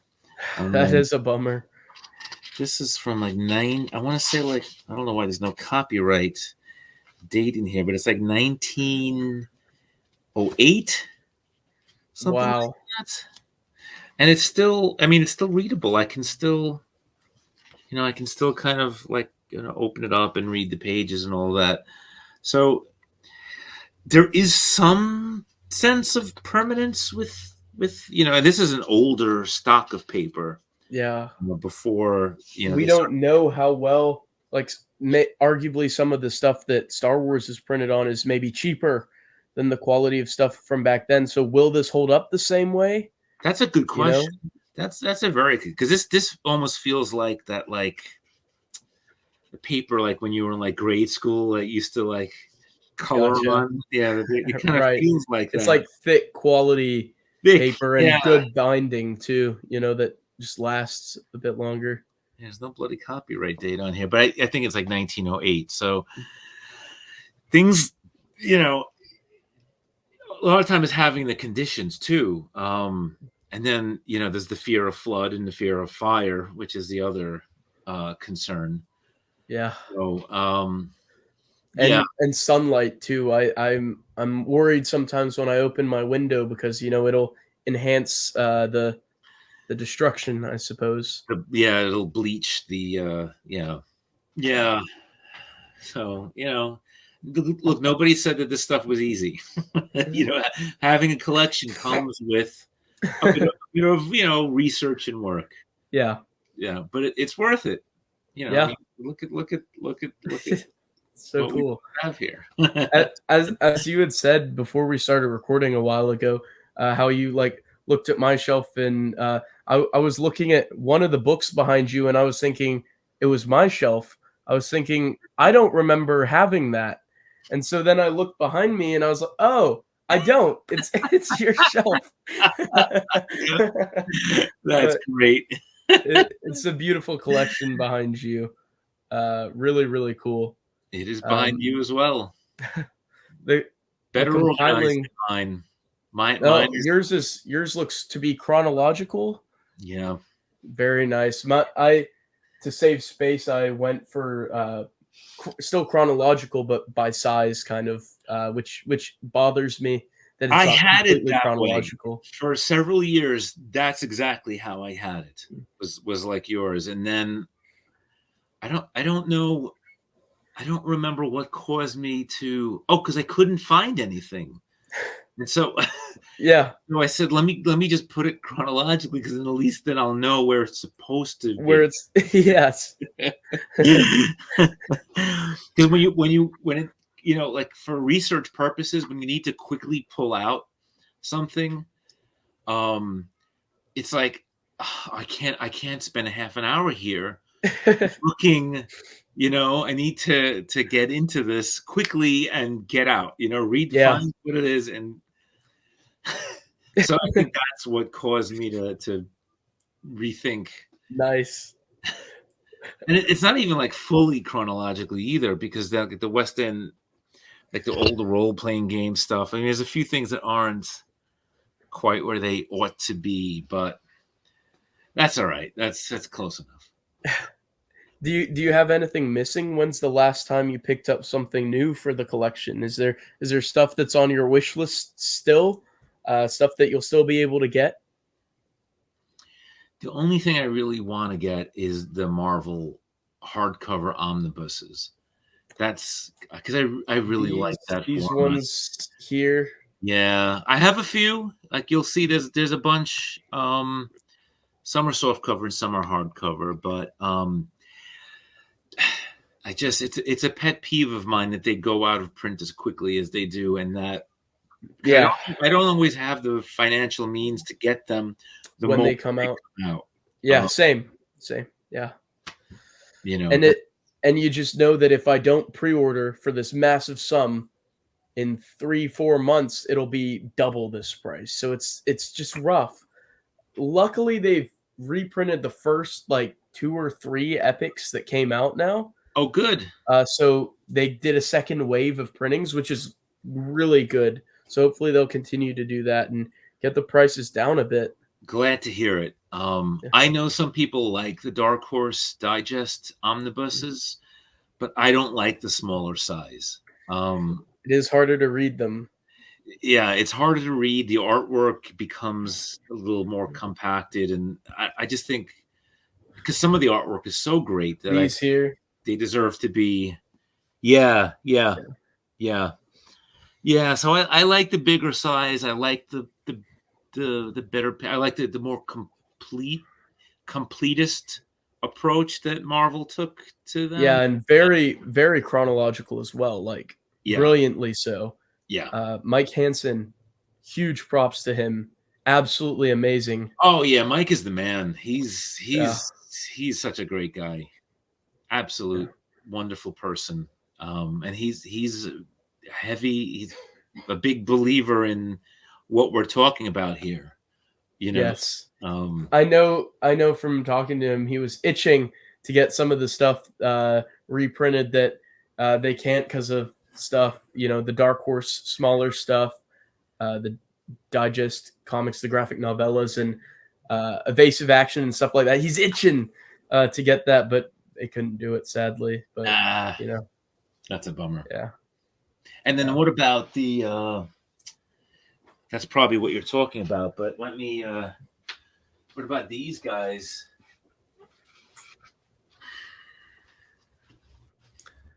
Oh yeah, the Dark Horse Extra. I don't know if they get them in there or not.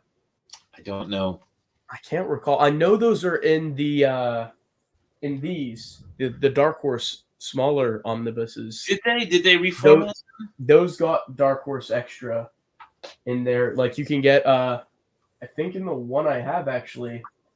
That's so cool that you just have Dark Horse Extra there, though, by the way. That's amazing. I really wish I could get those. And those are immediate. Weird size. It really is. Is it frustrating to try to go through them? It's more frustrating to get them on the shelf without denting them, which I think I just did, but because they flop all over. Yeah. A bit unwieldy. I think in here somewhere there's a Dark Horse Extra. I know in the Aura Sing one there is, but I think they're in here. And I don't think they reformatted them. I think there was just like a lot of blank space on either side, from what I recall. Yeah, I'd like to see them in the big Marvel omnibuses if they're, but they would have to redo.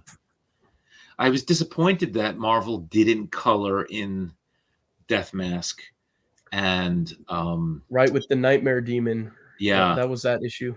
Yeah, and then the final part of the Pizzazz serial, World of Ice, I think it's called. And that's because Dark Horse didn't color them.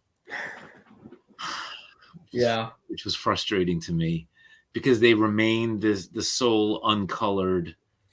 The sketches. Yeah. So I keep saying that when I have money one day, I'll hire a colorist I'll get them Really done cool fan and project. release them to you guys, to the public. Yeah. Yeah. Yeah. I'd really like to have a good means to get Evasive Action uh, in print because, well, also colorized too for those. Those are in black and white, I think, aren't they? Are they? Oh, Yeah, they we have are, okay. Go and it fund would be real. I mean, there's the love for it. I'm sure we'd get that done, but also to get them in print because Lulu's comics are hard to do, and it's hard to find a service that will print out comics in the right size and the right format. So it's just like the web comics would be great to have on a shelf, you know, especially colored for some of them. I think I have the ones you're talking about. Evasive Action, there was like an old fan printing from back in the day. I've seen some pictures. I've got it here somewhere. Let's see. That's Clone Wars era. It would be right around Revenge of the Sith and Oh, after. yep. Yeah. That's right. I love those strips actually. I printed them all off of your site into a binder. I think I have it under here. Oh, good. Yeah. It would be cool to get them in more like professional means, but I have them. What the hell's Revenge of the Sith? See, I can't find anything anywhere anymore. I have them here in this means. Oh, that's nice. Yeah, it's pretty cool. That's actually better than the fan one that I picked up. I think, assuming I could find, I'll show it to you once I. All right, here's Revenge of the Sith. I was all over the place. Where are you hiding? Here it is. Yes. Okay. Wow, look at that. So I'll show you. Here, can I make your screen bigger just for showing this? Oh. Look at that. That's so cool. I wish they could did have that. made the images larger instead of white space. And let me show you the next one.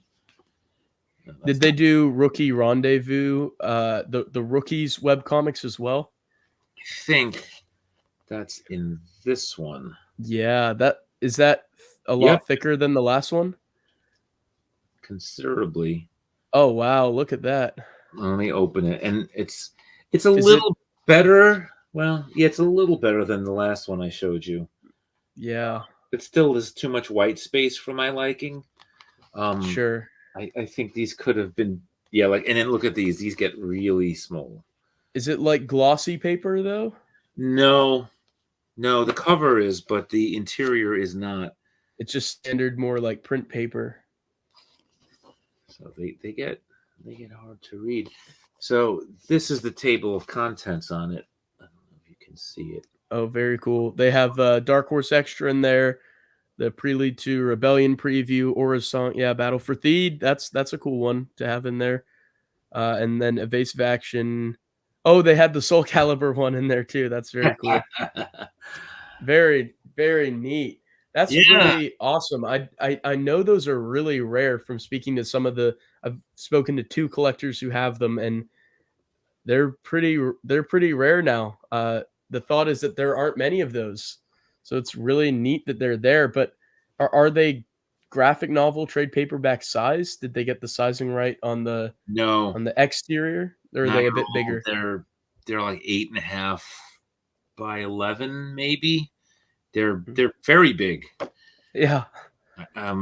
Like, that's what's puzzling. So they had done them in trade paperback size, then the interior art would make a bit more sense instead of doing it 8.5 by 11. But they're very small. Like, the ones you printed out and put in the binder look like they're at a larger size. Yeah, I filled the page from what I recall. Yeah, that's how it should be done. I mean, look at this. This is tiny. That is really small. That looks like they made it smaller almost. I don't get it. I don't understand when they had all the space to blow it up.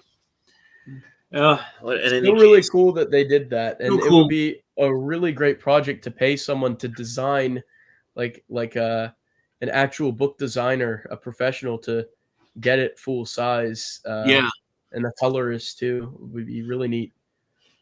and a colorist. You're right, because those are in black and white. Yeah. So okay, we have our projects out for us. So sorry to add to the list of ideas that you have I, on your stack. I may I may let someone else run with that. You know, Yeah, yeah. There's- let me know when it's done, and If I'll anyone watching wants to do this, please do it. absolutely. Figure it out. I'm sure we could go on for like 5 more hours, but I know that I'm starting to infringe on some special time for you, so we can start to wrap up here. Okay. Um, I'm sure we'll do more recordings in the future. I mean, I still have some questions on the docket in regards to favorite novel, comics, characters, era, all that kind of stuff that I know will bring great stress, as it does to me if I'm asked these questions, because it's so hard to decide. But we can reconvene, I'm sure, in the future for any kind of part two and just continue talking about the Star Wars expanding universe, because there's so much to talk about. There It's just really is. There the fun of really these conversations. absolutely. Yeah, let's do that. We'll do a part two. And then when you do the SC ones with Marcel, Interviews with that can Marcel. be kind of like an unofficial part three. Yeah, Right. absolutely, absolutely.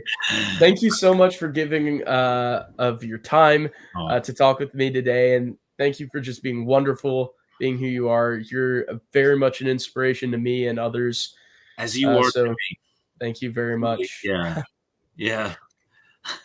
I feel like the fandom is re-energized because of you and the whole super literary team and so many others. Yeah, That us older fans feel like it's like a new thing again, for us, and it's a great thing, and it's exciting for you. So I was talking about Chris Nelson about this just I think this morning about how you guys recharge us. So honestly, the thanks is all to you guys for just being so amazing. I think we owe a lot of thanks to you guys for even keeping a fandom together enough to where when we got to it, there were people here.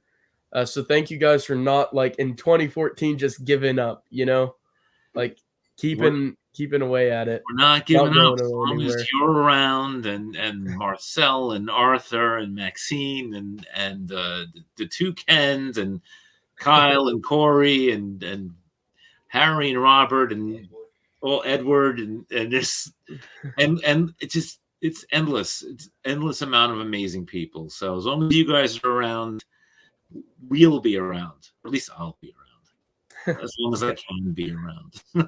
Yeah, absolutely. Good to hear. We'll keep this fandom up until we can Chris maybe and get some new Matt. stuff. Yeah, Yeah. exactly. That sounds good. Names keep Absolutely. popping in my head. Well, thank you to everyone for watching, and thank you so much, Joe, for coming on. It's always a pleasure to talk to you. You as And next time, uh, whenever a part two does happen, the hardball questions, favorite novels and characters and comics. So we can look forward to that one. Stevie. Let's not forget Stevie. As long as he's around, he's part of Stevie, the new crowd. Yeah, Alex as Alex. well. Oh, yeah. At least mentioned super literary. So yeah, he's part of that. Yeah. Yeah. Al. It's a great community. That's kind of the point that I was like in my head that's struggling to come out is it is a phenomenal community, better than it's ever been, I think. So Oh, that's wonderful to hear. So yeah, yeah. I'm sometimes sad I wasn't present for past eras, but I'm glad to be a part of this Renaissance age, I guess, of the EU, even though we don't have it continuing Renaissance. right now. At least we Perfect. can. Yes. Perfectly said. A Renaissance age. I love it. And Legends Con too. A lot of us will be convening, so very exciting and very much looking forward to that. Me too. Yeah. It's going to be great. Great It things is. to come. It is, definitely. All right, man. So with that said, we'll see everyone next time. Peace.